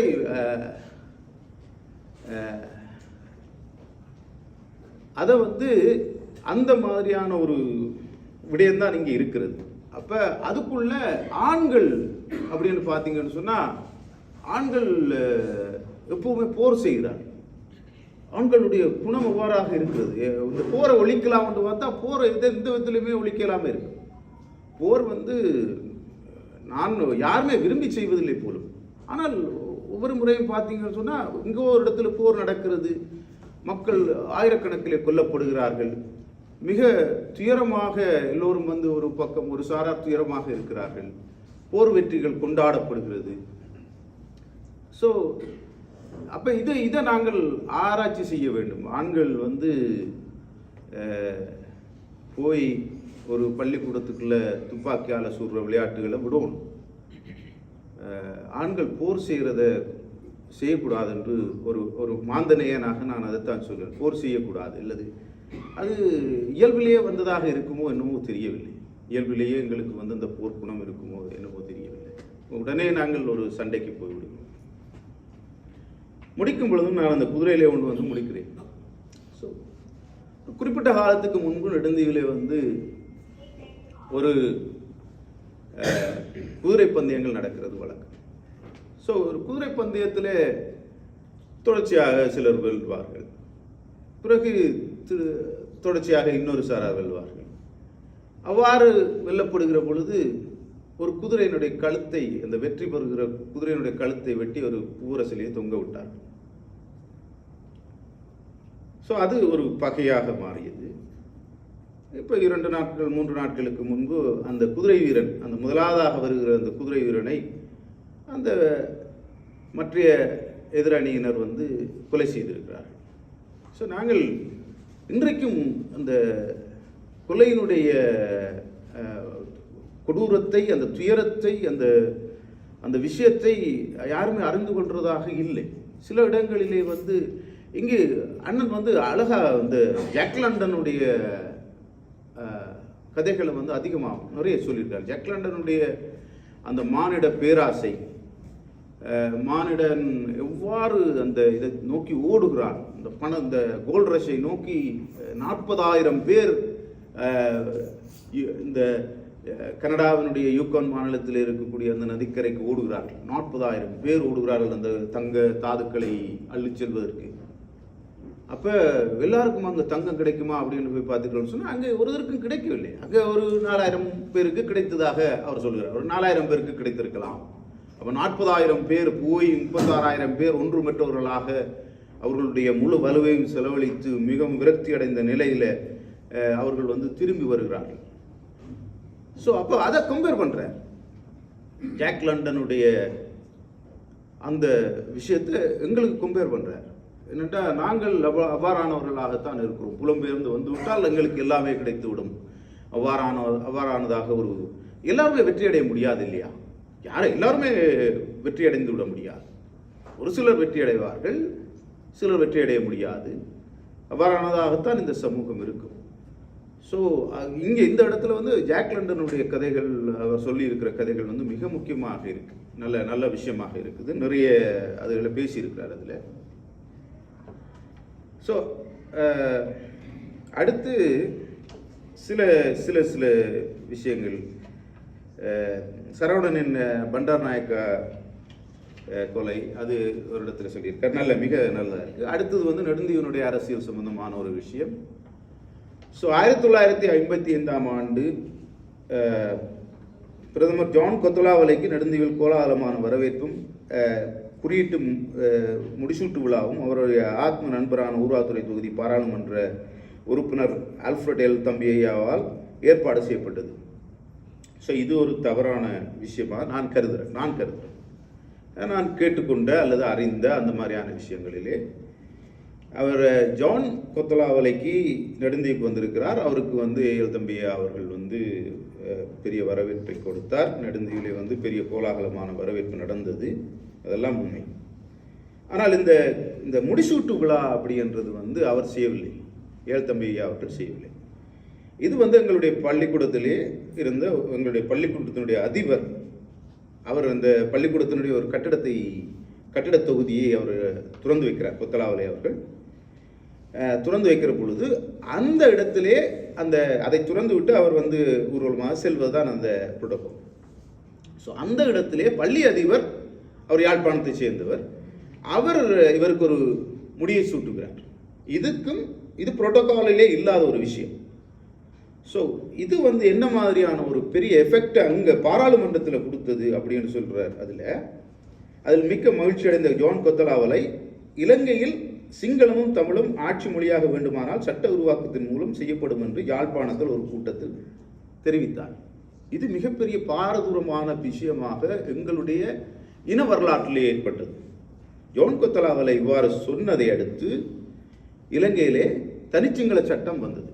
பாராளுமன்றத்திலே இவ்வாறான ஒரு விஷயம் அன்று பாராளுமன்றத்திலே பேசப்பட்ட விடயங்கள் என்ன அப்படின்னு சொல்லி பார்த்தீர்கள் என்று சொன்னால், இவருக்கு தமிழர்களுக்கு இவர் எல்லா உரிமைகளையும் கொடுப்பதாக அங்கு பேசியிருக்கிறார். அதனால இவருக்கு கழுதைத்தீவுக்கு ராஜா என்று சொல்லி முடிசூட்டி கொண்டனர் அப்படி என்று சொல்லி பாராளுமன்றத்தில் சிங்கள எம்பி நாணயக்கார போன்றவர்கள், அவருடைய பேர் எனக்கு சரியாக தெரியவில்லை, அவ்வாறாக பாராளுமன்றத்திலே பெரிய அமளியாகிவிட்டது. சிங்கள அமைச்சர்கள் அனைவருமே அதை எதிர்த்தார்கள். ஸோ இலங்கைக்கு அது ஒரு முக்கிய பிரச்சனையாக மாறியது. எஸ்டபிள்யூஆர் பண்டார் நாயக்கா தனிச்சிங்கள சட்டத்தை அதன் பிறகு அறிமுகம் செய்தார். ஸோ அதனுடைய வேர் சில இடங்களிலே எங்களுக்கும் அந்த மாதிரியான விஷயங்கள் எல்லாம் இருக்கு. அதை இங்கே குறிப்பிட்டிருக்கிறார் அவர். இலங்கையிலே சிங்களமும் தமிழும் ஆட்சி மொழியாக்க வேண்டுமானால் சட்ட உருவாக்கத்தின் மூலம் உறுதி செய்யப்படும் என்று யாழ்ப்பாணத்தில் நடந்த கூட்டத்தில் தெரிவித்தார். சிங்களம் மட்டுமே ஆட்சி மொழி என்ற ஐக்கிய தேசிய கட்சியின் சாணக்கிய வாசகத்தை இது தென்பகுதியில் கேள்விக்குள்ளாக்கியதுடன் எஸ்டபிள்யூஆர் பண்டார் நாயக்கா இன்னும் ஒரு படி மேலே சென்று 24 மணி நேரத்தில் சிங்களம் மட்டுமே ஆட்சி மொழி என்ற கோஷத்தினை எழுப்ப ஒரு அரிய சந்தர்ப்பமாக உருவாக்கி. ஸோ மேலும் இந்த நூல் பற்றி நாங்கள் உண்மையிலேயே நிறைய வாசிக்க, இது அவருடைய ஒரு பயணத்தினுடைய குறுக்குவெட்டு தோற்றம் தான்.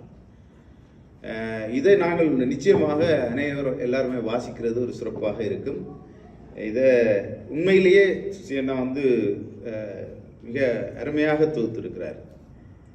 அவருக்கு என்னுடைய அன்பான வாழ்த்துக்களையும் முத்தங்களையும் தெரிவித்து விடைபெறுகிறேன். நன்றி, வணக்கம். நன்றி கண்ணன் சுவாமி.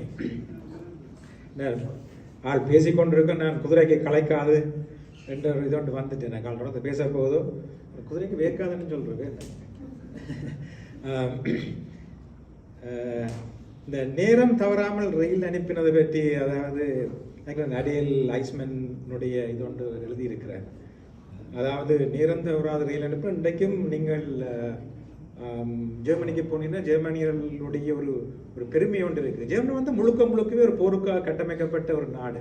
அதில் கட்டமைப்புள் முழுக்கவே ஒரு போருக்கான கட்டமைக்கப்பட்ட முழுக்க அவருடைய தெருக்களாக இருந்தாலும் சரி, ரயிலாக இருந்தாலும் சரி. இல்லை அங்கே பெங்கடையாக்கள் பெருமையாக சொல்லும், சட்டியா 12 ரயில் வந்துடும். இதில் 12 12 இந்த கட்டளை நீங்கள் வாய்ச்சாதான் தெரியும். அந்த கட்டமைப்பு உருவாக்கப்பட்டது என்னன்னு சொன்னால் சரியான நேரத்துக்கு ஜூதர்களை கொலைக்கு அனுப்பணும், இந்த கொலை செய்கிற அந்த இதுக்கு அனுப்பணும். அப்போ அந்த நேரம் தவறாமல் ரைஸ்மேன் அங்கே எல்லா இடங்கள்லையும் இருந்து ரயில் அனுப்பியிருக்கிறார். இதோட தொடர்ச்சி தான் நாங்கள் இப்போ அங்கே பார்த்து கொண்டிருக்கிற விஷயங்கள். இப்போ நிறைய விஷயங்களை சுசி உங்களுக்கு அறிமுகப்படுத்தி கொண்டு போயிருக்கிறார். அடுத்து பெரும்பாலும் நாங்கள் இந்த புலம்பெயர்ந்து வந்தார்களும் நாங்கள் அரசியல், பொருளாதார மற்றும் கலை இலக்கியம் சம்பந்தமான இவருடைய ஈடுபாட்டு காரணமாக நாமான விஷயங்களை நாங்கள் பெற்றிருக்கிறோம். இனி நாங்கள் நிறைய பேர் பேச இருக்கிறோம். அடுத்ததாக நான் எங்களுடைய மூத்த கலை இலக்கியவாதி காலம் சஞ்சிகையின் ஆசிரியர் வெளியீட்டாளர் திரு காலம் செல்வம் அவர்களை அழைக்கிறேன்.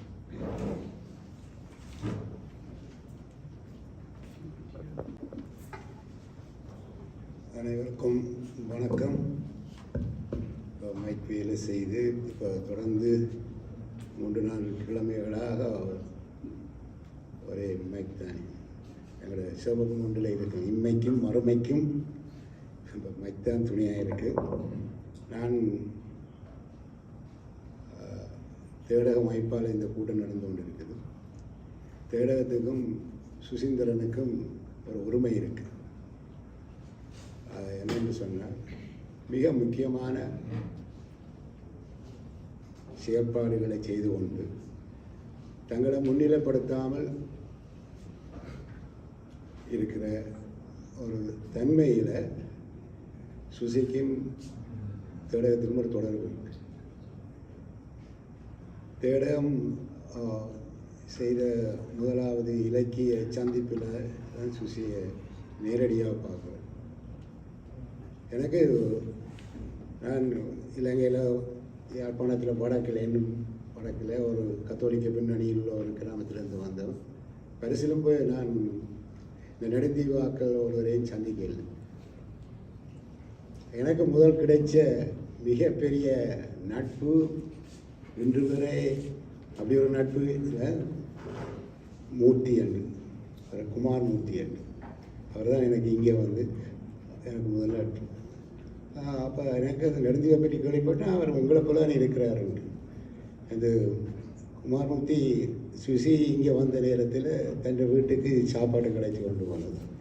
அங்கே குமார்மூர்த்தி இந்த வாய்ப்பு அப்போ தான் பார்த்துட்டு சொல்ல இவரும் நானும் உண்டாக படித்தேன். நாங்கள் சுசி பிறகு இங்கே ஒரு 4 தடவை வந்திருக்கோம். எனக்கு ஒரு அருமையான சந்தர்ப்பம் கிடைச்சது. சென்னையில் 2000ஆம் ஆண்டு ஒரு மகாநாடு நடந்தது. அதில் சுசியோட கிட்டத்தட்ட ஒரு கிழமை அவன்ட நெருங்கி பழகிற சந்தர்ப்பம் கிடைச்சது.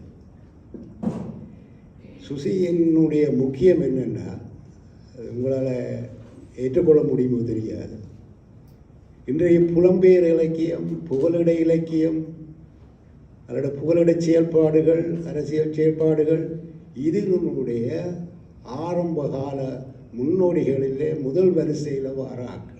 இந்த சொல்லு நாங்கள் புலங்கிற காலத்தில் இல்லை, அவர் செயல்படுத்தவங்க அதுக்கு பின்னால்தான். கலாமோகன், கலைச்செல்வன், சுசீந்திரன், இந்த சவாலிங்கம் போன்றவர்களாம் இந்த நாங்கள் அகதிப்பட்டு ஓடி வரோம். நானும் சுசி வந்த ஆண்டு தான் பரிசுக்கு வந்தேன், 81ஆம் ஆண்டு. அந்த எம்ஜிஆர் நாடோடி மன்னன் என்ற படம் கேட்க உள்ள காசு முழுக்க போட்டுட்டு அவர் சொன்னது என்னென்னா, தோத்தா நாடோடி, வெண்டா மன்னன். அப்படித்தான் நாங்கள் வலிக்கிறாது. இப்பவும் அப்படித்தான். இப்படிப்பட்டால் கைதி, வந்தால் அகதி. அப்படி ஒரு காலத்தில் தான் நாங்கள் வந்தோம்.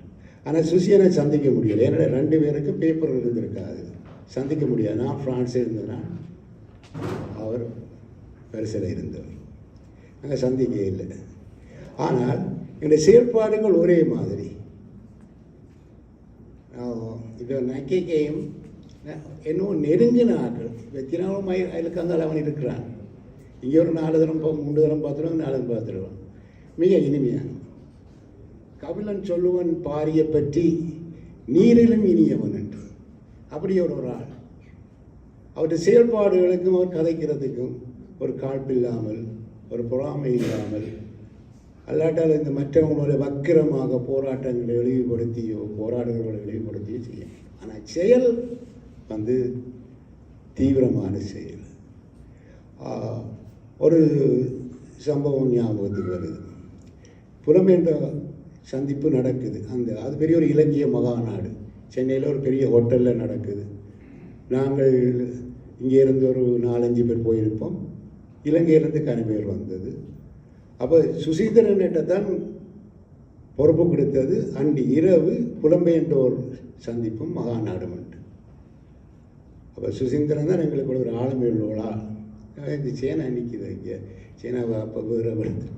அப்போ சுசீந்திரன் போய் தலைமை தாங்கி எனக்கு நல்ல ஞாபகம் என்னுடைய கவிதை ஒன்றை தான் சொல்லி தலைமை தாங்குகிறான். யாழ்ப்பாணத்தையே சுமந்து கொண்டு யாழ்ப்பாணத்தையே போத்தி கொண்டு செய்நாட்டின் கரையில் நான் கொடு அண்ட் அந்த கவிதையை சொல்லி போட்டுவிட ஒரு ஆள் எழும்பி இந்த கதையில் விட்டுட்டு கனடாவில் பூர்வ குடிகளை ஒதுக்குறத பற்றி கதை ஏன்டா இந்த புலம்பெயர்ந்த அவன் ஒரு மாதிரி அதை தாண்டி போய் பாரதி அக்கா அவர் இங்கே இருக்கிற ஒரு ஸ்காலர் அவ கூட பேச விட அவன் திரும்பி எனக்கு தெரியும் அது அது அந்த காலச்சூழண்ட இதுக்கு எதிரான ஆக்களால் அதை குழப்பமானமண்டு அவருக்கு நல்ல வழியில் திரும்பவும் அவ பேச விடாமல் குழப்பிக்கொண்டு சுசீந்திரன் டக்குன்னு மைக்க அரடியை கொடுத்துட்டு போய் அவனுடைய ஷர்ட்டு குளரை பிடிச்சி என்னை பற்றி உனக்கு தெரியுமோடான்னு கேட்டான். அவனுக்கும் தெரியும்ன்ட்டு பேசாமல் இருந்துட்டான். இது இல்லை பகுதி. பிறகு நான் கூட்ட முடிய உன்னை பற்றி அவனுக்கு தெரியும் அவனுக்கு என்ன தெரியும் தெரியாத சும்மா சொல்லி பார்த்தேன் சரி வந்துட்டு.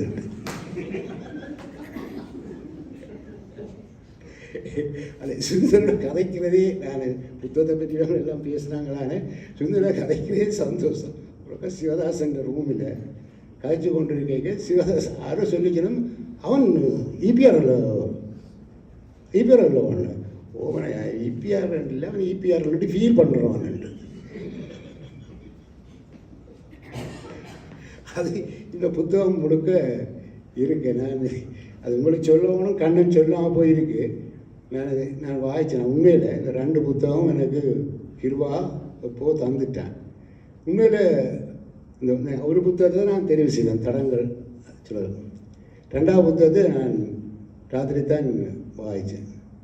வாசிக்க அதையும் வாய்ச்சி முடிச்சிருக்கிறேன். என்னப்பா ஒரு எங்களுக்கு வாழ்க்கையில் நெருக்கடிகள் ஒரு 2 மணி நேரம் கிடைக்கும். அந்த 2 மணி நேரத்தில் வாசிக்கிறதுக்கு போய் அது ஃபேஸ்புக்கு போயிட்டால் எந்த வாட்ஸ்அப்பு போய் வந்து கொண்டே இருக்கும். இந்த வாசிக்கிறது நேரமில்லை. ஒரு தனி மனுஷனை எத்தனையை பார்க்குறதப்பா. அதாவது உண்மையிலே எனக்கு ராத்திரிக்காவில் ஒரு அந்த மற்ற புத்தகத்தில் ஒரு சம்பவம் சிரிப்பாக இருக்குது. ஒரு கூட்டம் அவர் ரஞ்சிக்கு ஜெயமணில் இருக்கிற ரஞ்சி ஜெயவனோட தங்கச்சி ரஞ்சிக்கு ஒரு கூட்டம் நடந்தது அவனுக்கு கவிதை புத்தகத்துக்கு. அப்போ தலைமை வகிச்சவர் எழுதி சொல்லியிருக்கார் கூட்டம் தொடங்க முதல் சொல்லியிருக்கிறேன் எல்லோரும் 1 நிமிடம் என்று அஞ்சலி செய்ய சொல்லி எல்லோரும் உடம்பி நிற்கலாம். அது 3 நிமிஷமாச்சு 5 நிமிஷமாக்கு 10 நிமிஷமாச்சு. அந்த திருப்பி சொல்லி இருக்க சொல்லி எல்லாரும் நின்றபடி இருக்க. சுசீந்திரன் தான் பார்த்துட்டு என்ன அவன் இருக்க சொல்கிறான்னு பார்த்தா அந்த சொந்த நித்திரியா போயிட்டான் நின்றபடி. அது பேரெல்லாம் அது நீங்கள் உண்மையில் வாசிக்கணும். இதில் என்ன புத்தகம் இந்த நான் வாய்ச்ச புத்தகத்தில் இந்த ஜொல்லிச்சித்தனும்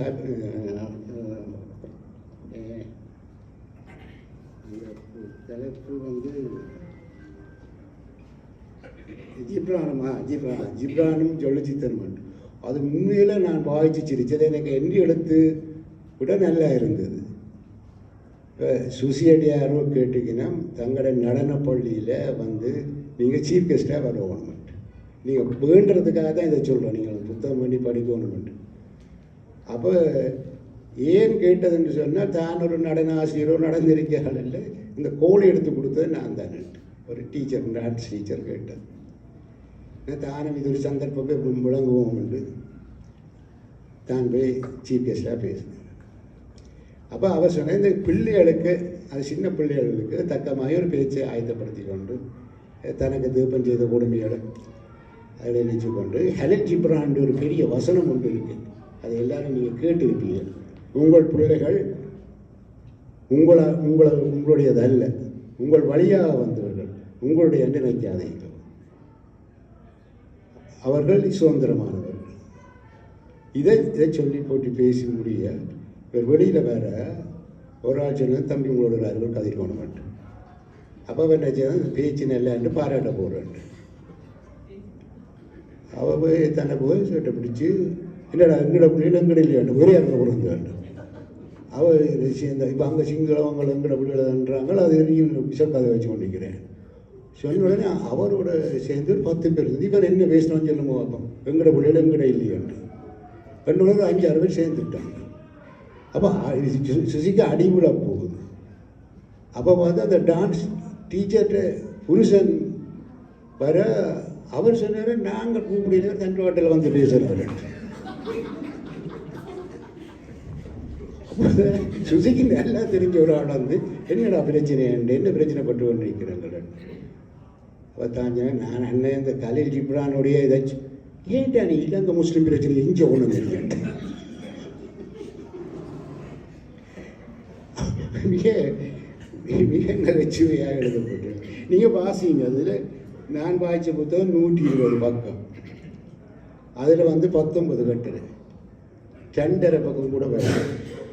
இதுக்கு முன்னுரை எழுதியிருக்கிறவர் தமிழ்நாட்டில் இருக்கிற ஒரு முக்கிய அரசு அதிகாரி. அவர் உங்களுக்கு தெரிஞ்சிருக்கும் தேவேந்திர பூபதி என்று அவர் ஒரு நாடகக்காரன். இப்போ இலக்கியக்காரருக்கு தெரியும், கோணங்கின்ற தமிழ்ச்செல்வன்ற அண்ணா. அவர் சொன்ன மாதிரி உண்மையில் சுசியை பார்க்குறதுக்கு யாருக்கு தான் பிடிக்காதுன்ட்டு. சுசி அடிக்கடி இந்தியாவுக்கு போகிறது, சுசியை பார்க்குறதுக்கு யாருக்கு தான் பிடிக்காதுன்ட்டு.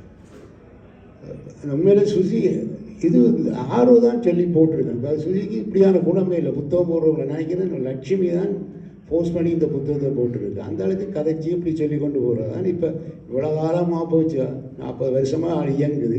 இப்போ 2 புத்தகம் வந்திருக்கு. அது உண்மையில் என்னென்றால் சில புத்தகம் சில பக்கங்கள் 1.5 பக்கம் தான் பஞ்சியில் விட்டுருக்குறாங்க. இந்த சுந்தரராமசாமி சொல்லுவார், நல்ல எழுத்தாளர்கள் சோம்பறிகளாயும் இதை நல்ல எழுதாத முடியாதவர்கள் மிக சுறுசுறுப்பாக இயங்குகிறார்கள். சுசி வந்து உண்மையில் கணக்க எழுதியிருக்கிறாங்க. அவ்வளோ வாழ்வு அனுபவம் நீண்ட காலமாக. உங்களுக்கு தெரியும், அங்கே ஒரு இலக்கிய சந்திப்போடு ஒரு இது இருக்குது. அது துவங்குறது ஆர்வம். ஆனால் 1995ஆம் ஆண்டுக்கு பிறகு சுசி அதில் ஒரு முக்கிய பாத்திரம் வகிக்கிறது.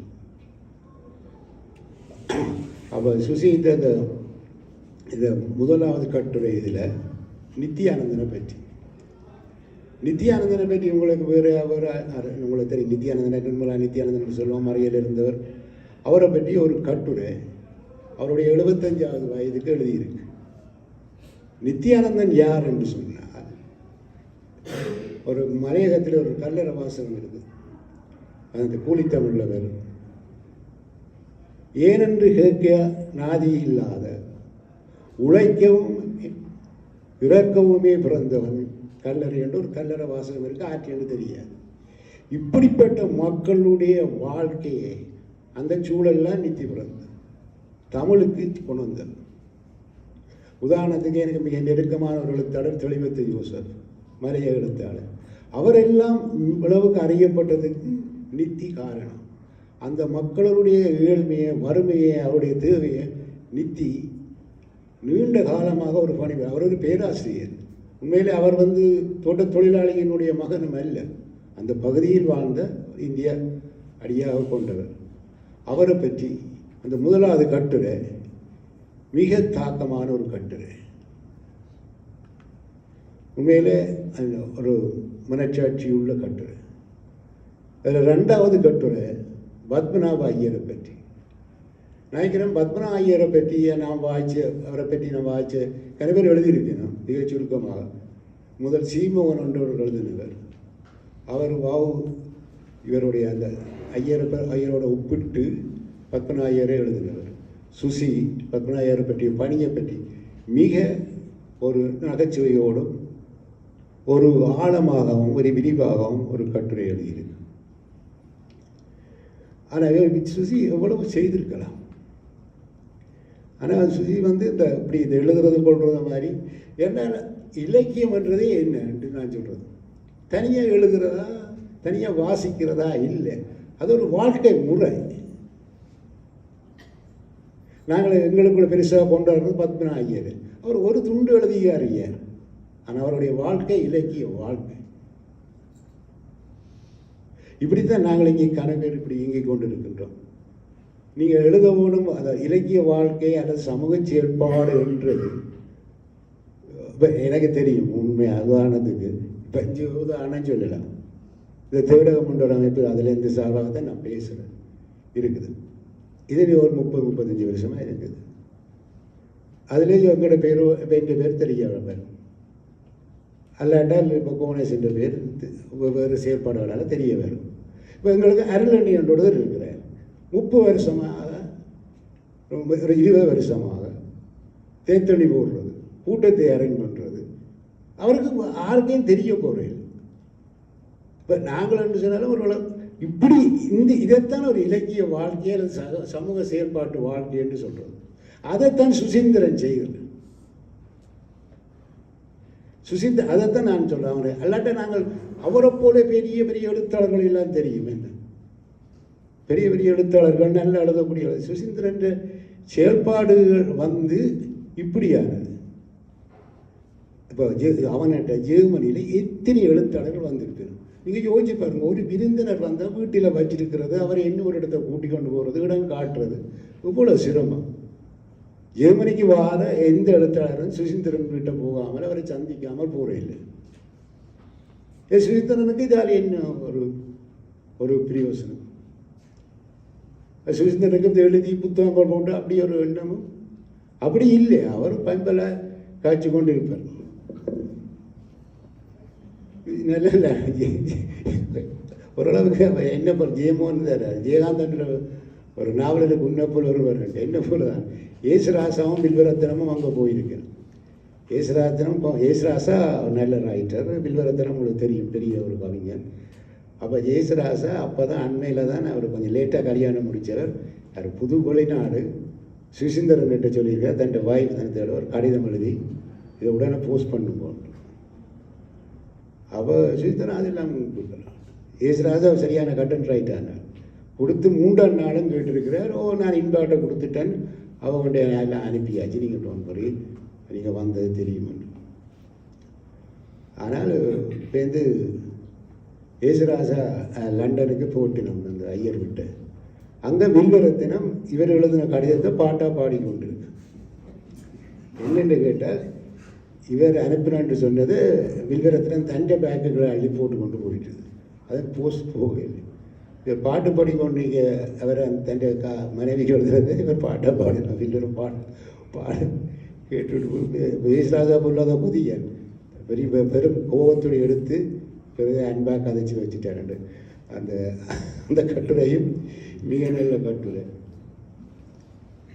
இதில் இப்போ குடும்ப வாழ்க்கையை அவருடைய வாழ்க்கையை அதான் குடும்ப வாழ்க்கையோடைய பேரண்ட்ஸ் அந்த தகப்பனோட இருந்த வாழ்க்கையை ஓரளவுக்கு புரியக்கூடியதாக இருக்குது.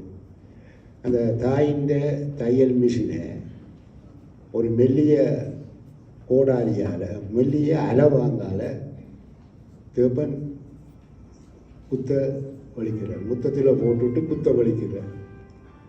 அப்போ தாய் சொன்னதான் முதல்ல எண்ணெய் குத்தி போட்டு அலவாங்க பேந்து நீ தையல் மிஷினுக்கு கொடுத்து. அவள் ஒரு முதலாளியிட மகள், அவளுக்கு தேப்பன் சீதனமாக கொடுத்த அந்த தையல் மிஷின். ஏன்னா நானும் பார்த்துருக்கேன் உலகத்தில் நான் அறிஞ்ச அளவில் நல்ல எழுத்தாளர்களுக்கு தேப்பன்மாரோட பிரச்சனை இருக்குது. இவர் அந்த இடத்துல அவன் என்று தான் எழுதுவார் தேப்பனை. அவன் அலவாங்கோடு அந்த மெல்லிய அலவாங்கோடு வந்தான் அந்த மிஷினுக்கு, அந்த தையல் மிஷினை குத்துறதுக்கு.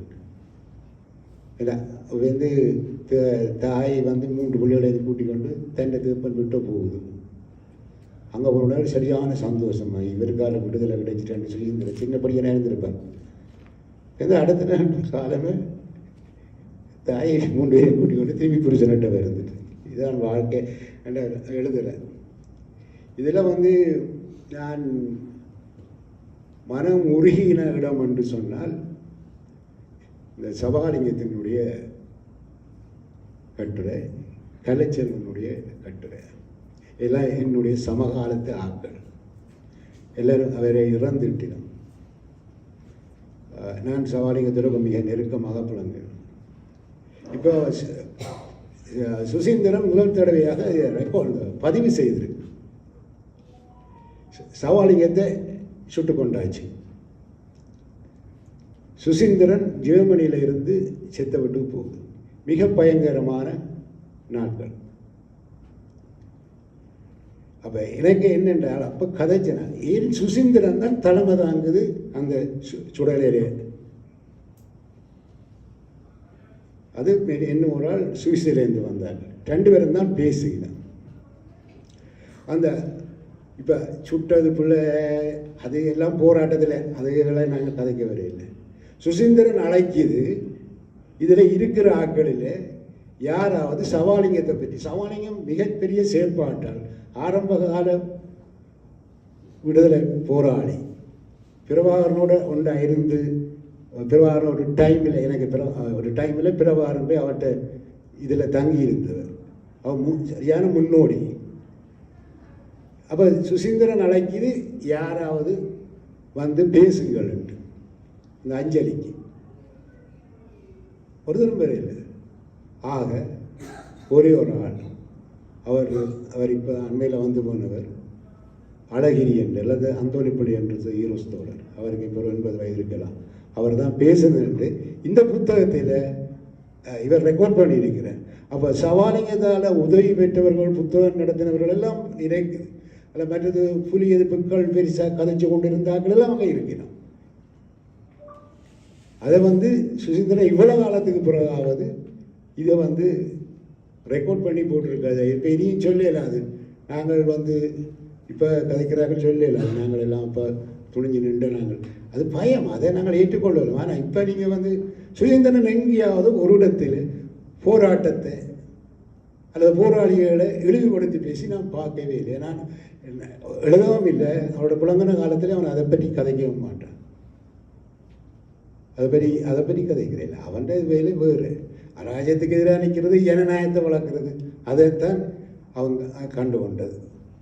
இன்று வரை அதுதான் செய்து கொண்டிருக்குது. கலைச்செல்வனை பற்றியும் நீங்கள் கேள்விப்பட்டிருக்கீங்க. கலைச்செல்வனுக்கு அது ஆரம்பகால போராளி, அவர் இலங்கையில் போராட்டத்தில் ஈடுபடலை. இங்கே வந்து எளியில் இந்த புலம்பெயர் இலக்கியங்களை ஸ்டார்ட் பண்ணதில் முக்கியமானவரால் கலைச்செல்வன்.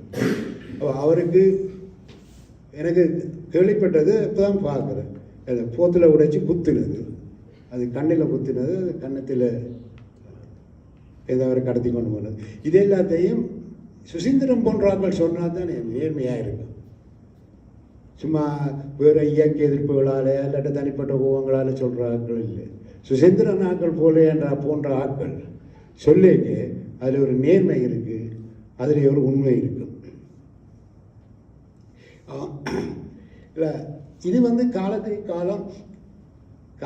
காலம் இப்படியான ஆட்கள் எவ்வளவுதான் நாங்கள் சொல்கிறோம், அவங்க காசடிச்சாங்களோ இவங்க நல்லா இருக்கிறாங்களோ அவங்க இல்லை, அதில் இப்படி மனுஷர்கள் இந்த மழை பெய்யறதுக்குரிய காரணமான இந்த மனுஷர்கள் இந்த உலகத்தில் இருந்து கொண்டு தான் இருப்பினும் நியாயத்தை சொல்லுறதுக்கு ஒரு 4-5 பேராகுது. இந்த கோடிக்கணக்கான மக்களுக்கு அதால் அந்த ஊரில் மழை பொழியுதுன்னு சொல்லி வள்ளுவன் சொல்லு.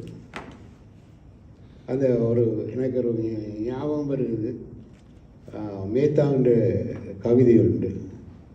அந்த மரங்களில் நான் ஒரு ஏழை, என் பேர் வாழை என்ற ஒரு கவிதை இருக்கு. ஆமாம், மண்ணில் வேரோடி மாநிலத்தில் கால் பதித்து வரும் புயலை எதிர்த்து நிற்பேன். எதிர்த்து நின்று நான் விழுந்து விட்டாலும் என் கன்றெதற்கும் என்று சொல்லுவேன். அப்படி இதுக்கான உலகத்திலே நான் வந்து பார்த்துருக்கேன். இந்த விஷயம் நடந்து கொண்டிருக்கும். இருண்ட காலத்தில் ஒரு இங்கிலீஷ் கவிதை ஒன்று சொல்லுவாங்க, இருண்ட காலத்தில் பாடல்கள் இருக்குமா? ஆம், அது இருண்ட காலம் பற்றி இருக்கும் என்று. அப்படி சுசீந்திரம் போன்றவர்கள் இந்த இந்த இந்த வாழ்க்கைக்கு சாட்சியாக இருக்கிறவர்கள். உண்மையில் அவரெல்லாம் உண்மையில் இன்றைக்கு சுசீந்திரன் வசதியாக இருந்தால், நேற்று மயிலோட கதைக்கு சொன்னேன், வசதியாக இருந்தால் இங்கே நின்றுருப்பேன். அங்கே வேலைக்கு கீழே போகிற ஆள் மாதிரி தெரியல, வசதி இல்லாதபடிய ஆள் வந்து இங்கே வந்திருக்கு. மேலே காலம் முழுக்க இப்படி தான் சாதாரண வாழ்க்கையை வாழ்ந்து கொண்டு இப்படி இலக்கியம் அது செய்கிறார்கள்ன்ற வாழ்க்கை இப்படித்தான், அது எங்களை போல தான் இருக்கும். உண்மையில் எனக்கு இந்த தேடகம் என்னை தெரிவு செய்தது. இருக்கிற ஆக்கள் எல்லாம் கொஞ்சம் நெடுந்தீவு சம்பந்தமான ஆக்களை நெடுந்தீவு ஆக்கள், நான் கொஞ்சம் வித்தியாசமான ஆக்கள். வித்தியாசமான ஊர் அந்த பின்னணியில் எனக்கு அது பிரச்சனையும் இல்லை. நான் சொன்னேன், எனக்கு முதல் நண்பனே கனடாவில் கிடைச்சது அது ஜேஆர் மூலம் தான் கிடைச்சது, குமார்மூர்த்தி. அந்த எனக்கு இவற்ற வேலை முறையால் தான் எனக்கு சுசீந்திரனை பிடிச்சு கொண்டது. அவர் எழுத்தாளரோ அல்ல இது இல்லை. ஆனால் நான் ஒரு அட்டப்படத்தில் அவனுடைய ஒரு கவிதையை போட்டு அட்டப்படத்தில் போட்டு செய்தேன். நான் என்ன ஒரு நல்ல கவிதை ஒன்றும் மொழிபெயர்த்தது. ஏன்னா விஷயங்களை சுசீந்திரன் செய்திருக்கு. ஆனால் விஷயம் தெரியுமென்றது இருக்குது. ஒருக்கா சொன்னால் எனக்கு ஒருக்கா கை விடுறாப்பாண்டு இங்கே வந்து எடுத்தேன். ஏன்னு கேட்டேன், திடீரென்று கேட்டேன், இந்த கையெல்லாம் கொண்ட கிளாஸுக்கு கை கொடுத்தேன். இப்போ கொண்ட கிளாஸுக்கு நோபல் பரிசு வச்சிருக்கு. இந்த கையெல்லாம் கை கொடுத்தேன். அப்படி கன விஷயங்களை பற்றி தொட்டு எழுதியிருக்கு.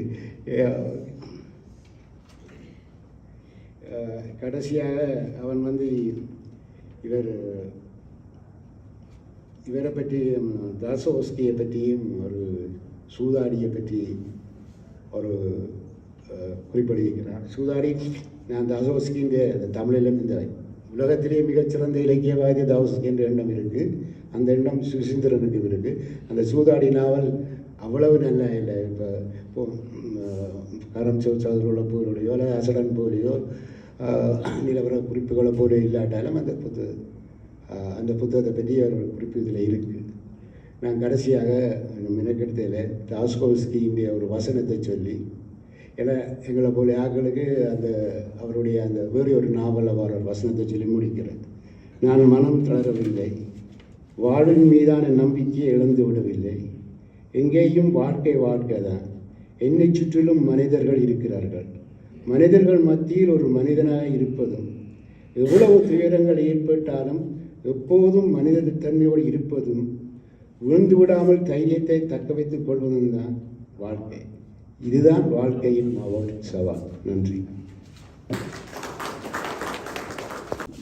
நன்றி செல்வண்ணன். சுசீந்திரனுடைய இன்றைக்கு எங்களுக்கு முன்னாலே நிறைந்த விஷயங்கள் இருந்தாலும் இந்த புத்தகத்தினுடைய தெரிவு கூடாக நாங்கள் சுசீந்திரனோட இடப்போட முடியும். அவருடைய அரசியல் இருப்பென்ன, அவருடைய கலை இலக்கிய செயற்பாடுகளுக்கான அத்திவாரம் என்ன என்றதை இந்த நூலில் வர விஷயங்களுடைய தெரிவுக்கூடாக நாங்கள் கண்டறிய முடியும். சுசீந்திரன் அந்த குந்தர்கிராஸை பற்றி செல்வனை சொன்னார். சுசீந்திரன் குந்தர்கிராஸோட கதைக்கோணும் பேசணும் என்ற ஒரு சந்தர்ப்பத்தை பற்றி இருக்க கதைச்சது. நீங்கள் ஒரு மிகப்பெரிய எழுத்தாளர், நீங்கள் அவரை நேரடியாக சந்திக்கிறது அல்லது அவருடைய இதுன்ற மிக பெரிய கஷ்டம். சுசீந்திரன் என்ன செய்திருக்கேன்னு சொன்னால், ஃபோனை எடுத்து எங்கே அவன் நிற்கிறானோன்ற மேலே தமிழில் நீங்கள் நெருக்கமான ஆளோட கதைக்கிற மாதிரி, அப்போ அவர்கிட்ட மேனேஜர் தான் எடுத்திருக்கிறார் ஃபோனை எடுத்தோன்னே இதனோட அவர் தன் இப்படி கேட்குறானோன்னு, அப்புறம் அதுக்கு மேலே நேரம் பெரிய நெருங்கின ஆள் மாதிரி கிடக்கோட ஆள் குந்தர்கிராஸ்கிட்ட ஃபோனை கொடுத்துட்டார். இப்படித்தான் குந்தர்கிராஸும் சுசீந்திரனும் முதல் தொடர்பு சொல்லி சொன்னேன். இனி நாங்கள் இருக்கிறது நீ ரெண்டு விஷயம்தான். ஒரு எங்களுடைய நண்பர் எழுத்தாளர் தா அகிலனுடைய உரை, அதை தொடர்ந்து இந்த நூல்கள் வெளியீடு. அகிலன் ஒரு மிக முக்கியமான படைப்பாளி. அத்தோடு வடலி பதிப்பகத்துக்கூடாக மிக முக்கியமான நூல்களை வெளியிட்டு வாரவர். எனவே அவரை இந்த நூல்கள் குறித்து உரையாற்ற அழைக்கின்றேன். அகிலன். அனைவருக்கும் வணக்கம். சொல்கிறது செல்வமன்னா கூட புத்தகத்தை வாசிச்சுட்டு பேசுகிற ஒரு அரங்கில் கடைசியாக பேசுகிறதுன்ற துயரத்தை நான் இப்போ அனுபவிக்கிறேன்டா. இந்த புத்தகங்கள் குறித்து அனைத்து விஷயங்களையும் எனக்கு முன்னுக்கு பேசினார்கள், எல்லாரும் பேசிட்டார்கள். ஸோ நான் எழுதி கொண்டு வந்துட்டேன். ஸோ நான் இப்படியோ வாசித்து முடிக்கத்தான் வேணும். அதில் இருக்கக்கூடிய திரும்ப வரக்கூடிய விஷயங்களுக்காக பொறுத்தருளுங்கள். எப்போதும் எனது சொற்களுக்கான இன்னொரு அர்த்தம் எதிராளியின் மனதில் ஒளிந்திருக்கிறது. சொற்கள் கேள்வி கேட்கும், சொற்கள் மருந்தாகும், சொற்கள் நீதியாகும். சில சொற்கள் தயங்கி தயங்கி இதயங்களை தட்டும், இன்னும் சிலவோ விஷமாயும் ஆகும். ஏனெனில் சொல் என்பதே உலகம். நான் சுசீந்திரனை அவரது சொற்கள் வழி மாத்திரமே அறிந்திருக்கிறேன். அவரது புத்தகம் குறித்து பேசும் இந்த வாய்ப்பிற்காக அவருக்கும் தேடகம் நண்பர்களுக்கும் எனது நன்றி. தனது சொற்கள் கொண்டு நடராசா சுசீந்திரன் வரைந்திருக்கும் உலகம் எப்படியானது? முதலில் இந்த புத்தகத்தை படிக்க தொடங்கிய போது எனக்கு இருந்த குழப்பம், இந்த புத்தகத்தில் இருக்கும் கட்டுரைகளில் அநேகமானவை புத்தகங்களை பற்றிய அறிமுக குறிப்புகள். அந்த அறிமுக குறிப்புகளுக்கு நான் இன்னொரு அறிமுகத்தை எப்படி செய்வது அல்லது ஏன் செய்வது என்பதுதான். ஆனால் இதை படித்து முடிக்கும் போது சுசீந்திரன் தான் தேர்ந்தெடுத்த சொற்களினால் வனைந்திருக்கும் உலகம் எனக்கு பிடிபட்டது. அது கருப்பு நிற அகதிகளை, அவர்களது நிலமிழந்த பாடல்களை பாடுகிறவர்களின் சொற்களால் ஆனது. வரலாற்றில் கைவிடப்பட்டவர்களின் குரலாகவும் அதிகாரத்திற்கு பணிய மறுக்கும் கலையின் சொற்களாலும் ஆனது. அதனாலேயே தன் சொற்கள் கொண்டு சுசீந்திரன் வரைந்த உலகம் முக்கியத்துவம் பெறுகிறது. இலக்கியத்திற்குள்ளால் அரசியலை அணுகுவது நடைமுறைக்கு ஒவ்வாதது என்றொரு கருத்தை நான் அண்மையில் கிளப் ஹவுஸில் கடந்து வந்தேன். இலக்கியத்தின் அரசியல் வகிவாகம் குறித்த எள்ளல் போக்கொன்று செயற்பாட்டு அரசியல் தளத்தில் இருக்கிறவர்களாலும் அழகியல்தான் இலக்கியத்தின் ஆன்மா என சொல்லும் தரப்பினராலும் தொடர்ச்சியாக முன்வைக்கப்படுவதையும் அவதானித்து வந்திருக்கிறேன். என்னை பொறுத்தவரையில் சொல் என்பதும் ஓர் செயலே. சொற்களை எண்ணி எண்ணி கருத்தை தெரிவிக்க வேண்டிய காலத்தில் அல்கோரிதங்களுக்குள்ளால் சுழித்தோடி டேட்டா திருடர்களின் கண்களில் மண்ணை தூவி நாம் சொற்களை சொல்லி தீர்க்க வேண்டிய காலத்தில் இருந்து கொண்டு அரசியலை வடித்தெடுத்து அழகியல் பணியாரம் சுபவர்களை குறித்து அதிகமாய் சொல்ல ஒன்றுமில்லை. ஆனால் அரசியல் செயற்பாட்டில் இருப்பவர்களின் மேற்குறித்த எள்ளல் அறிவை அரசியல் தளத்திலிருந்து நீக்க கோருவது அல்லது இலக்கியம் நடைமுறையில் சாத்தியப்படுத்த கடினமானவற்றை பற்றி கற்பனை செய்கிறது, அவற்றை செயற்படுத்த கோருகிறது எனும் மனநிலையில் இருந்தும் சொல்பவர்கள் செயற்பாட்டு தளத்திற்கு தங்கள் சொற்களை நகர்த்துவதில்லை எனும் மனநிலையில் இருந்தும் உருவாகி வருகிறது என நான் கருதுகிறேன். இரண்டாவது கூற்றில் உண்மை இருப்பதனை மறுப்பதற்கில்லைத்தான். ஏனெனில் இரத்தம் சிந்த ஒரு தரப்பும் அவர்களின் மண்டையை கழுவ ஒரு தரப்புமாகவே அரசியல் களம் எப்போதும் இருக்கிறது இல்லையா? ஆனாலும் சொற்களே அனைத்தையும் அசைக்கின்றன, சொற்களே ஏவப்படுகின்றன, சொற்களே வழிகாட்டுகின்றன, சொற்களே திசை திருப்புகின்றன, சொற்களே மனச்சாட்சிகளை அசைக்க வல்லன. வீழ்த்தப்பட்டவர்களின் பக்கம் இருக்கும் பச்சாதாபத்தை நல் வாய்ப்பாக பயன்படுத்த இலக்கியம் முயற்சிக்காமல் இருப்பது ஒரு காரணமாயிருக்கலாம். சொல்லானது கொல்லவும் வெல்லவும் வல்லது என்பதை நாம் வரலாற்றில் கண்டுணர்ந்திருக்கிறோம். சொற்களை எதிர்கொள்ளவியலாதவர்கள் அவற்றை துப்பாக்கிகள் கொண்டு தணிக்கை செய்கிறார்கள் அல்லது தம் சொற்கள் கொண்டு நஞ்சை விதைக்கிறார்கள், பின்னர் வன்முறையையும் அறுவடை செய்கிறார்கள். 160 சொச்சம் பக்கங்களை கொண்ட இந்த புத்தகத்தை படித்து முடித்த பின்னரும் நான் இந்த புத்தகத்தை முழுமையாக படித்து முடித்து விட்டதாக கருதவில்லை. அதற்கு 2 காரணங்கள். முதலாவது, சுசீந்திரன் அவர்கள் இதில் எழுதியிருக்கும் அறிமுகங்களைத்தான் நான் படித்திருக்கிறேன், மூலங்களை இன்னமும் படிக்கவில்லை. இரண்டாவது, சுசீந்திரனின் கட்டுரைகள் மிக விரிவான தேடலுக்கு நம்மை அழைத்துச் செல்பவை. ஒரு புத்தகம் இன்னொரு புத்தகத்திற்கு நம்மை அழைத்துச் செல்லும் என்பதை வாசிப்பவர்கள் அனைவரும் உணர்ந்திருப்பார்கள். ஆனால் சுசீந்திரனின் புத்தக அறிமுகங்கள் புத்தகத்தை பல்வேறு புத்தகங்களுக்கு நம்மை அழைத்துச் செல்கின்றன. ஏனெனில் அவரது அறிமுக கட்டுரைகள் தனியே தான் அறிமுகம் செய்ய எடுத்துக்கொண்ட புத்தகத்தை பற்றி மட்டும் பேசுவதில்லை. அப்புத்தகம் அவருக்கு அளித்த நினைவின் அருட்களினால் மேலெழுந்து வரும் வாழ்வனுபவங்களையும் அதை போன்ற பல்வேறு பிரதிகளையும் குறிப்பிட்டு சொல்வதன் மூலம் நாமும் அவற்றை பின்தொடர வேண்டியவர்களாகிறோம். இந்த கட்டுரைகளில் அவர் அறிமுகப்படுத்தும் புத்தகங்களை, காட்டித்தரும் ஆளுமைகளை, நினைவூட்டும் வரலாற்று சம்பவங்களை தேடி படித்தோ அறிந்தோதான் இந்த புத்தகத்தின் வாசிப்பை நாம் பூரணமாக்க முடியும். அதுவே சுசீந்திரனின் சொற்களின் தனித்துவம் என்று நான் கருதுகிறேன். சுசீந்திரனின் கட்டுரைகளில் இருக்கும் இன்னொரு முக்கியமான அம்சமாக நான் கருதுவது அவருடைய மொழி, கவித்துவமான மொழி. முக்கியமாக அவரது மொழிபெயர்ப்புகளில் அவர் தேர்ந்தெடுக்கும் சொற்கள் அபாரமானவை. உதாரணமாக, கதேயின் பவுஸ்ட் பற்றிய அறிமுகத்திலும் இரா ரஜின்குமாரின் கவிதைகள் குறித்த கட்டுரையிலுமாக பவுஸ் காவியத்திலிருந்து 2 சிறிய பகுதிகளை மொழிபெயர்த்திருக்கிறார். அவை பின்வருமாறு: வசந்தகால பூக்களின் படையல், வருட இறுதி கனிகளின் குவியல். எனக்கெது வேண்டும்? தூண்டுவது வேண்டுமா? இன்பம் துளிர்ப்பது வேண்டுமா? பசியாற்றி வைப்பதா அன்றி என்னை பலமூட்டி நிற்பதா? எது வேண்டும்?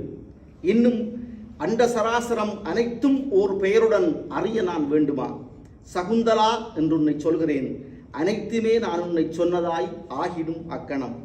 சுசீந்திரன் ஏதேனும் புனைவுகளை மொழிபெயர்த்திருக்கிறாரா என்று எனக்கு தெரியவில்லை. நான் இதுவரைக்கும் படித்ததில்லை. ஆனால் நிச்சயமாக அவர் அதை செய்ய வேண்டும். பேசாமல் அவர் பவுஸ்ட் காவியத்தையே மொழிபெயர்க்கலாம். இன்னொரு முக்கியமான அம்சம் அவரது கட்டுரைகளில் தனித்து தெரியும் தொடர்புறுத்தும் ஒப்பீடுகள். கூனட்பிறை என்ற மொழிபெயர்ப்பு நாவலை குறித்து எழுதும்போது புதுமைப்பித்தனின் பொன்னகரம் கதையின் சம்பவங்களை ஒப்பிட்டு எழுதுகிறார். இப்போது இந்த கட்டுரையை படிக்கிற நான் கூனட்பிறையை மாத்திரமல்ல, பொன்னகரத்தையும் தேட வேண்டும். அப்துல் ரசாக் குர்னாவின் சொர்க்கம் நாவல் குறித்து எழுதும்போது சினுவா ஆட்சேபேயின் கதை உலகமும் மாந்தர்களும் ஒப்பிடப்படுகின்றனர்.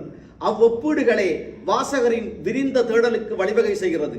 தனது தேடலின் மூலம் தான் பெற்றவற்றை, கற்றதை பரப்புவதுதான் சுசீந்திரனின் நோக்கம். அதனை கச்சிதமாக செய்கிறது அவரது கட்டுரைகள். அவரது கட்டுரைகளை படிக்கிற ஒருவர் வாசிப்பின் புதிய திசைகளை கண்டடைகிறார். குந்தவையின் சிறுகதைகளை பற்றி எழுதும்போது போர்க்காலத்தின் தனி மனித சாட்சியங்களின் முக்கியத்துவத்தை பற்றி குறிப்பிடும் சுசீந்திரன், ஒரு சிறுபான்மை தேசிய இனமாக நாம் கூட்டாக எதிர்கொள்கிற பிரச்சனைகள் பல இருக்கின்ற போதும் ஒவ்வொரு தனி மனிதனதும் அப்பிரச்சனைகளை எவ்வாறு எதிர்கொண்டான் என்பதை புரிந்து கொள்ளுதல் முக்கியமானது என்பதை சுட்டுகிறார். அத்தனி மனித உணர்வுகளை நாங்கள் ஒப்பந்தங்களிலோ அறிக்கைகளிலோ கூட்டு பிரகடனங்களிலோ காண முடியாது. அவை இலக்கியத்தால் மட்டுமே பதிவு செய்யப்பட முடிகிற சாட்சியங்கள் என்பதை சுசீந்திரன் சுட்டுகிறார். நாம் எவற்றை சொல்லவும் தவிர்க்கவும் விளைகிறோம் என்பதிலிருந்துதான் நம் அரசியல் சாய்வு வெளித்தருகிறது. அவர் தொகுப்புகளை குறித்து அறிமுகம் செய்யும் போது அவற்றின் விடுபடல்களை சுட்டிக்காட்டுவதன் மூலம் ஒரு சாட்சியம் ஒரு குறிப்பிட்ட ஒரு தரப்பின் குரலாய் மாத்திரம் ஒலிப்பதன் இடைவெளியை குறைக்க முயற்சி செய்கிறார். அதனால் தான் அவரது இந்த தொகுப்பு அவரது இலக்கியத்துக்கூடாக தமிழ் நிலத்தின் அரசியலை அணுகும் முயற்சி என்று முன்னர் குறிப்பிட்டேன். இந்த தொகுப்பில் இடம்பெற்ற தனித்து சொல்லப்பட வேண்டியது ஒரு கட்டுரையாக உறைபனி இடுக்கில் அடம்பன் கொடி வேர் பின்னும் தாயகம் கடந்த இலக்கியத்தின் தமிழ் மனம் என்ற கட்டுரையை சொல்வேன். அக்கட்டுரை இலங்கையிலிருந்து இனப்பிரச்சனை தீவிரமடைந்ததன் பின்னராக புலம்பெயர்ந்த தமிழர்களின் கால வரைபடத்தை கீறி காட்டுகிறது. அதிகமும் அக்காலத்தில் தோன்றிய இலக்கிய முயற்சிகளின் வரலாற்றை எழுதுதல், குறிப்பாக இலக்கிய சந்திப்பின் தோற்றுவாய் மற்றும் அதன் வளர்ச்சி படிநிலைகள் குறித்து மையமாக பேசினாலும் அது அகதி வாழ்வின் அலைக்கழிப்பையும் தம் சொந்த நிலத்திலிருந்து துரத்தப்பட்ட தனியன்கள் புலம்பெயர் நிலத்தில் தம்மை ஊன்றிக் கொள்வதில் இருந்த சிக்கல்கள் குறித்தும் பேசுகிறது. ஆரம்ப காலத்தில் புலம்பெயர்ந்த தமிழ் இளையவர்கள் அகதி வாழ்வின் அலைக்கழிப்பை இலக்கியத்தின் வழி எவ்வாறு ஆற்றுப்படுத்த முனைந்தார்கள் என்பதனையும், இலக்கிய சந்திப்பென்று பின்னாளில் அறியப்பட்ட அந்த திரட்சி அக்காலத்தில் ஏன் தேவையாயிருந்ததென்றும் எப்படி சாத்தியப்படுத்தப்பட்டதென்றும் விரிவாக அவர் இந்த கட்டுரையில் பதிவு செய்கிறார். குறிப்பாக ஐரோப்பிய அகதி முகாம்களுக்குள்ளான தங்களுடைய வாழ்வை குறித்து அக்கால பகுதியில் அவர்களுக்கு இருந்த தனிமை உணர்வையும் தத்தளிப்பையும் அக்கட்டுரையில் சுசீந்திரன் எழுதுகிறார். குறிப்பாக அந்த தனிமை உணர்வை தோட்ட தொழிலாளர்களின் நிலம் பிரிந்த வாழ்வோடு ஒப்பிட்டு சொல்வது அலாதியானது. தெம்மாங்கு பாடி தெருவழியே போனாலும் அன்பான வார்த்தை சொல்லி அழைப்பாறு யாரும் இல்லை என்கிற தோட்ட தொழிலாளர்களுடைய நாட்டார் பாடலின் வரிகளை தந்து ஐரோப்பாவில் புலம்பெயர் சூழலில் தாங்கள் உணர்ந்த தனிமையை சுசீந்திரன் விவரிக்கிறார். 10 ஆண்டுகளுக்கு முன்பாக கனடாவுக்கு வந்த என்னாலே கூட அச்சூழலை ஓரளவு உணர முடிகிறது. தெருவிலோ எரிபொருள் நிரப்பு நிலையத்திலோ காண்கிற தமிழ் முகம் அந்நாட்களில் ஓர் ஆசுவாசத்தை எனக்கு அளித்தது. அப்படியானால் 80களின் நிலையை நான் எண்ணி பார்க்கிறேன். ஒரு தமிழ் முகம், ஒரு தமிழ் குரல் அவர்களுக்கு அளிக்கும் ஆசுவாசத்தை உணர்ந்தவர்கள் அந்நாட்களின் அகதி வாழ்வின் சாட்சியங்கள். நீங்கள் தமிழா என ஆர்வத்தோடு ஆரம்பித்த புலம்பெயர் தமிழ் வாழ்வு எங்கட வீட்டுக்கு பக்கத்தில் எல்லாரும் வெள்ளையல் என்கிற ஒவ்வாமை நிறைந்த பெருமை சூழலை வந்தடைந்திருக்கும் வழியை சுசீந்திரன் போன்ற முதல் தலைமுறை புலம்பெயரிகள் எழுதி காட்ட வேண்டும்.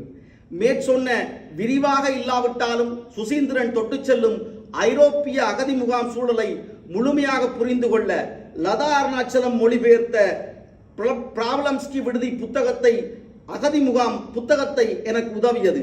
அது ஐரோப்பிய நாடொன்றின் அகதி முகாமில் வசிக்கும் பல்வேறு நாடுகளைச் சேர்ந்த வெவ்வேறு மத, இன, மொழி மற்றும் வாழ்வனுபவ பின்புலம் கொண்ட அகதி மனிதர்களை பற்றிய கதை.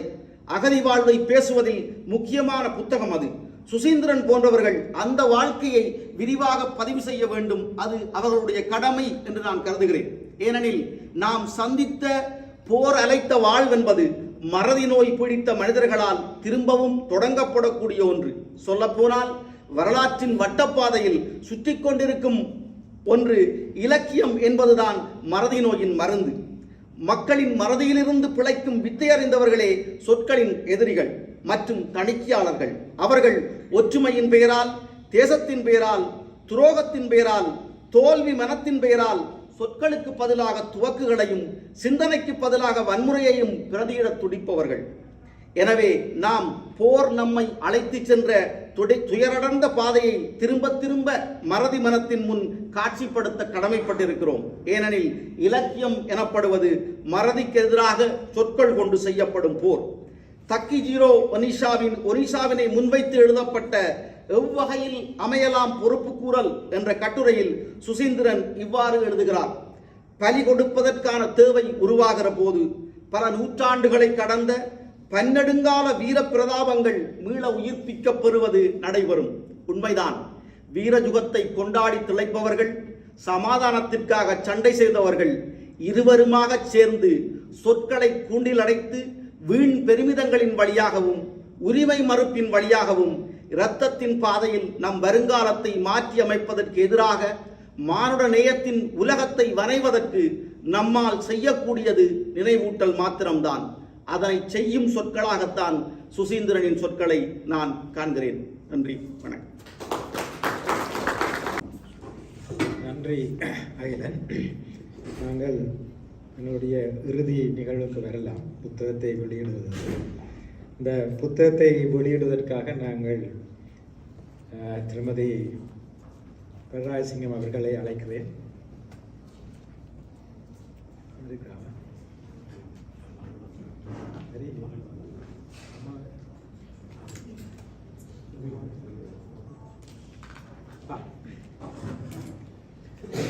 இந்த நூலில் அஞ்சலி குறிப்புகளில் தன்னுடைய நண்பன் பெர்ராயசிங்கம் குறித்தும் அவர் எழுதியிருக்கிறார். அவர் முக்கியமாக கேட்டுக்கொண்டார் அவர் கூடாக இந்த நூலை வெளியிடுமாறு. எனவே அதை நான் கேட்டவுடன் இங்கு வந்து மிக்க நன்றி. இந்த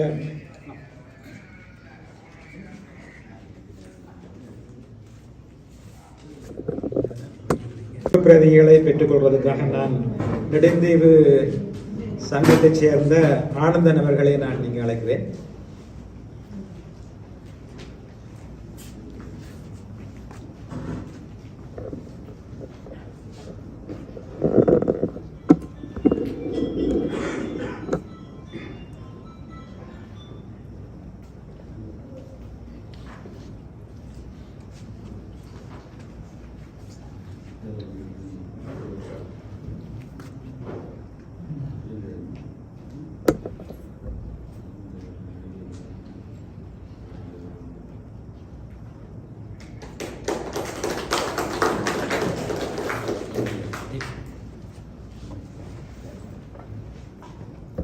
அடுத்ததாக மோகன்.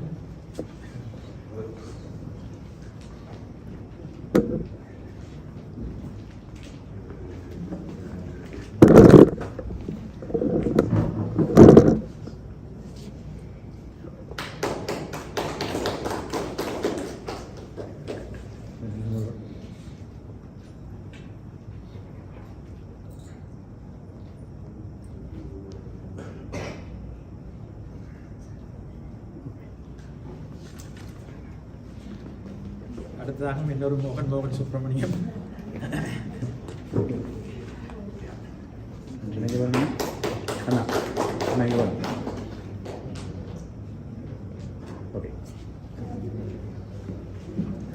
அடுத்தது இப்பொழுது அடுத்த பிரதியை பெற்றுக்கொள்ள தடயம் குமார்.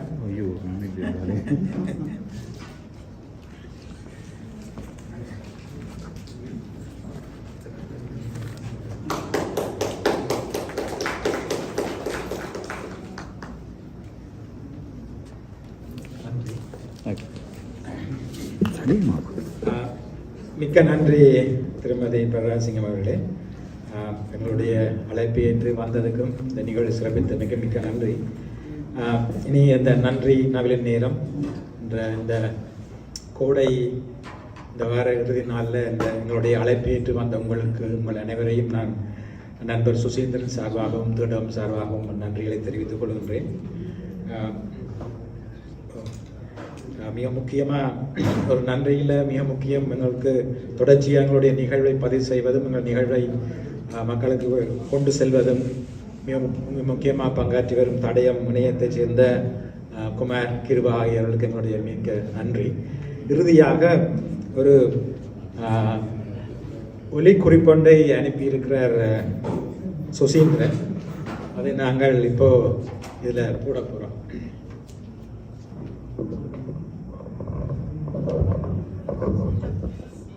அங்கே குழுமி இருக்கின்றீர்கள். அந்த காட்சியினை எனது மனக்கண்ணில் கற்பனை செய்து பார்க்கிறேன்.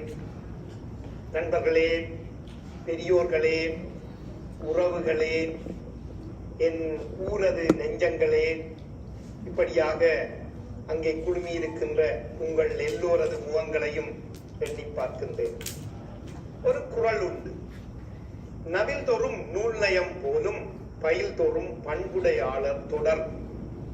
ஒரு புத்தகத்தை படிக்க படிக்க எப்படியெல்லாம் அதனுடன் எமது உறவு, உரிமை, ஆர்வம், அறிவு, புது புது அர்த்தங்கள், ஆழம் போன்றவை பெருகுமோ அப்படித்தான் எனது நண்பர்களும் என்று சொல்கிறது இக்குறள்.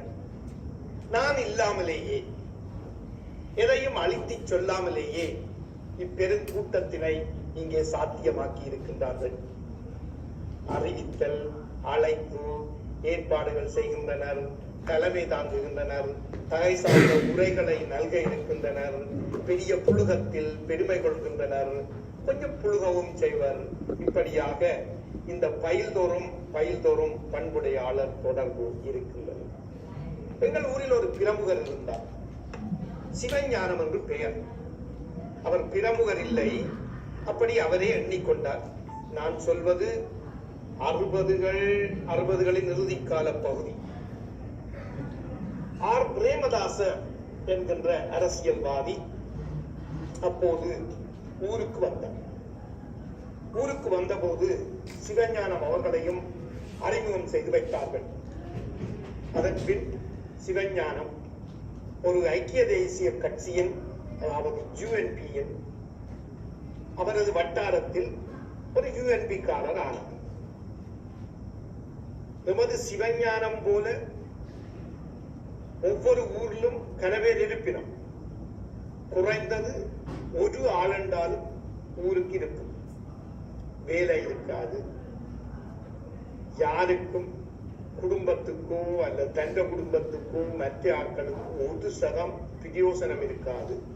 சைக்கிள் ஒன்று வச்சிருக்கலாம், அவ்வளவுதான். திடீரென நமது சிவஞானத்தின் தாயார் இறந்து விட்டார். ஊரெல்லாம் கூடி பந்தல் போட வேணும், பாடை கட்ட வேணும், எவ்வளவு வேலை இருக்கும். ஒரு இறப்பை ஒப்பேற்றி வைக்கணும் என்று சொல்லி சொன்னால் எவ்வளவு வேலை இருக்கும். அங்க அறிவிக்க வேணும், இங்க அறிவிக்க வேணும். பெரிய முறையில இருந்து அல்லது பூமுனையிலிருந்து அல்லது பனங்காணி முறையிலிருந்து தொட்டாரம் வரையும் இருக்கிற ஊர்களுக்கெல்லாம், உறவினர்களுக்கெல்லாம் அறிவிக்க வேணும். எரிக்கிறதுக்கு பூவரசம் கட்டைகள் எடுக்க வேணும். இப்படி எக்கச்சக்கமான வேலைகள் இருக்கும். ஆனால் சிவஞானத்தை காணவில்லை.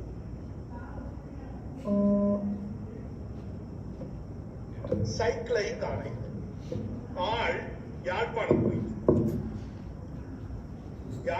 போய் அப்போது உள்ளூராட்சி அமைச்சராக இருந்த ஆர் பிரேமதாசாவுக்கு ஒரு தம்பி Honorable Minister Ranasinghe Premadasa, Ministry of Local Government, Colombo. Mugavari. Tandi, mother passed away, come immediately. Sivanya. தாயார் வந்து விட்டார், அவசரம் வரவும். சிவஞா. இந்த காலத்தில் தந்தி என்றால் என்ன என்று இளைய தலைமுறைக்கு நீங்கள் தான் என் வயதுத்தவர்கள் தான் சொல்லிக் கொடுக்க வேண்டும். சிவஞானம் தந்தி அடித்து விட்டார், யாருக்கும் தெரியாமல் திரும்பி ஊருக்கும் வந்து நீங்க இந்த கதையை யாரும் சந்தேகிக்க வேண்டாம், இது உண்மையா நடந்தது. அவனவன் தலைக்கு மேல வேலையில அங்க இங்கேயும் ஓடி திரிகிறான். அயல் வீட்டுக்காரர் அயலவர்கள் சமைத்து இந்த சாப்பாடுகள் எல்லாம் கொண்டு வந்து இந்த செட்ட வீட்டுக்கு கொடுத்துக்கிட்டு இருக்கிறோம்.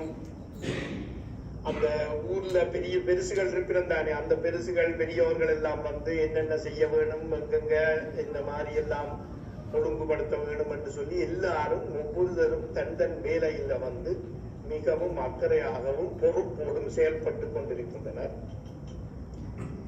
நமது சிவஞானம் யாழ்ப்பாணத்திலிருந்து திரும்பி வந்து விட்டார். அவருக்கு ஒரே யோசனை, ஆள் அங்கையும் இங்கையும் ஓடுபட்டு கண்டு தெரியுது, என்ன செய்கிறது என்று தெரியாது.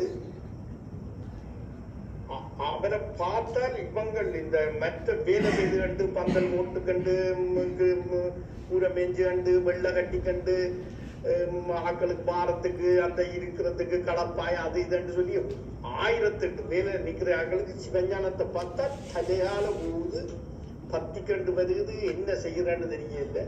ஆனா சிவஞானத்துல சிந்தனை எக்கணம் வந்தால் என்ன செய்கிறது, யார் வந்தால் உள்ளூராட்சி அலுவலர்களாக இருக்கிற பிரேமதாசா வந்தால் என்ன செய்யறது அவற்ற தலைகளை ஓடிக்கட்டு, அது யாருக்கு சொல்லவுமே அது. ஆனால் இப்ப வந்தால் என்ன மாதிரி போய் ரிசீவ் பண்றது, எங்க தங்க வைக்கிறது, என்ன சாப்பாடு கொடுக்கிறது, இதுதான் சிவஞானத்துல பிரச்சனை. நூல்கள் 2 வந்துவிட்டன. ஒன்று தடங்களில் அலைதல், மற்றது சொற்கள் வனையும் உலகம். இனி உங்கள் பாடு. நன்றி, வணக்கம். 1 2 3. வணக்கம். இவ்வளவு நேரமும் இந்த நிகழ்வை பார்த்திருப்பீர்கள் என்று நம்புகின்றோம். இந்த நிகழ்வை நீங்கள் மட்டும் பார்வையிடாமல் மற்றவர்களுக்கும் பகிர்ந்து கொள்ளுமாறு உங்களை அன்போடு கேட்டுக்கொள்கின்றோம். மீண்டும் ஒரு முறை இந்த நிகழ்வை நடத்திய தேடகம் அமைப்பாளர்களுக்கும் பேச்சாளர்களுக்கும் இங்கே வருகின்ற அனைவர்களுக்கும் இந்த புகைப்படங்களை பதிவாக்கி தந்த குமார் அவர்களுக்கும் மீண்டும் ஒரு முறை எங்களுடைய நன்றிகளை தெரிவித்துக் கொண்டு, இந்த நிகழ்வை நீங்கள் தடயத்தார் முகநூல் வழியாகவும் தடயத்தார் யூடியூப் வழியாகவும் பார்க்க முடியும் என்பதையும் இந்த நேரத்திலே சொல்லிக்கொண்டு, மீண்டும் ஒரு முறை தடயத்தாரின் நம்மவர் நிகழ்வோடு உங்களை சந்திக்கும் வரை உங்களிடமிருந்து விடைபெறுபவர் கிருபா கந்தையா. நன்றி, வணக்கம்.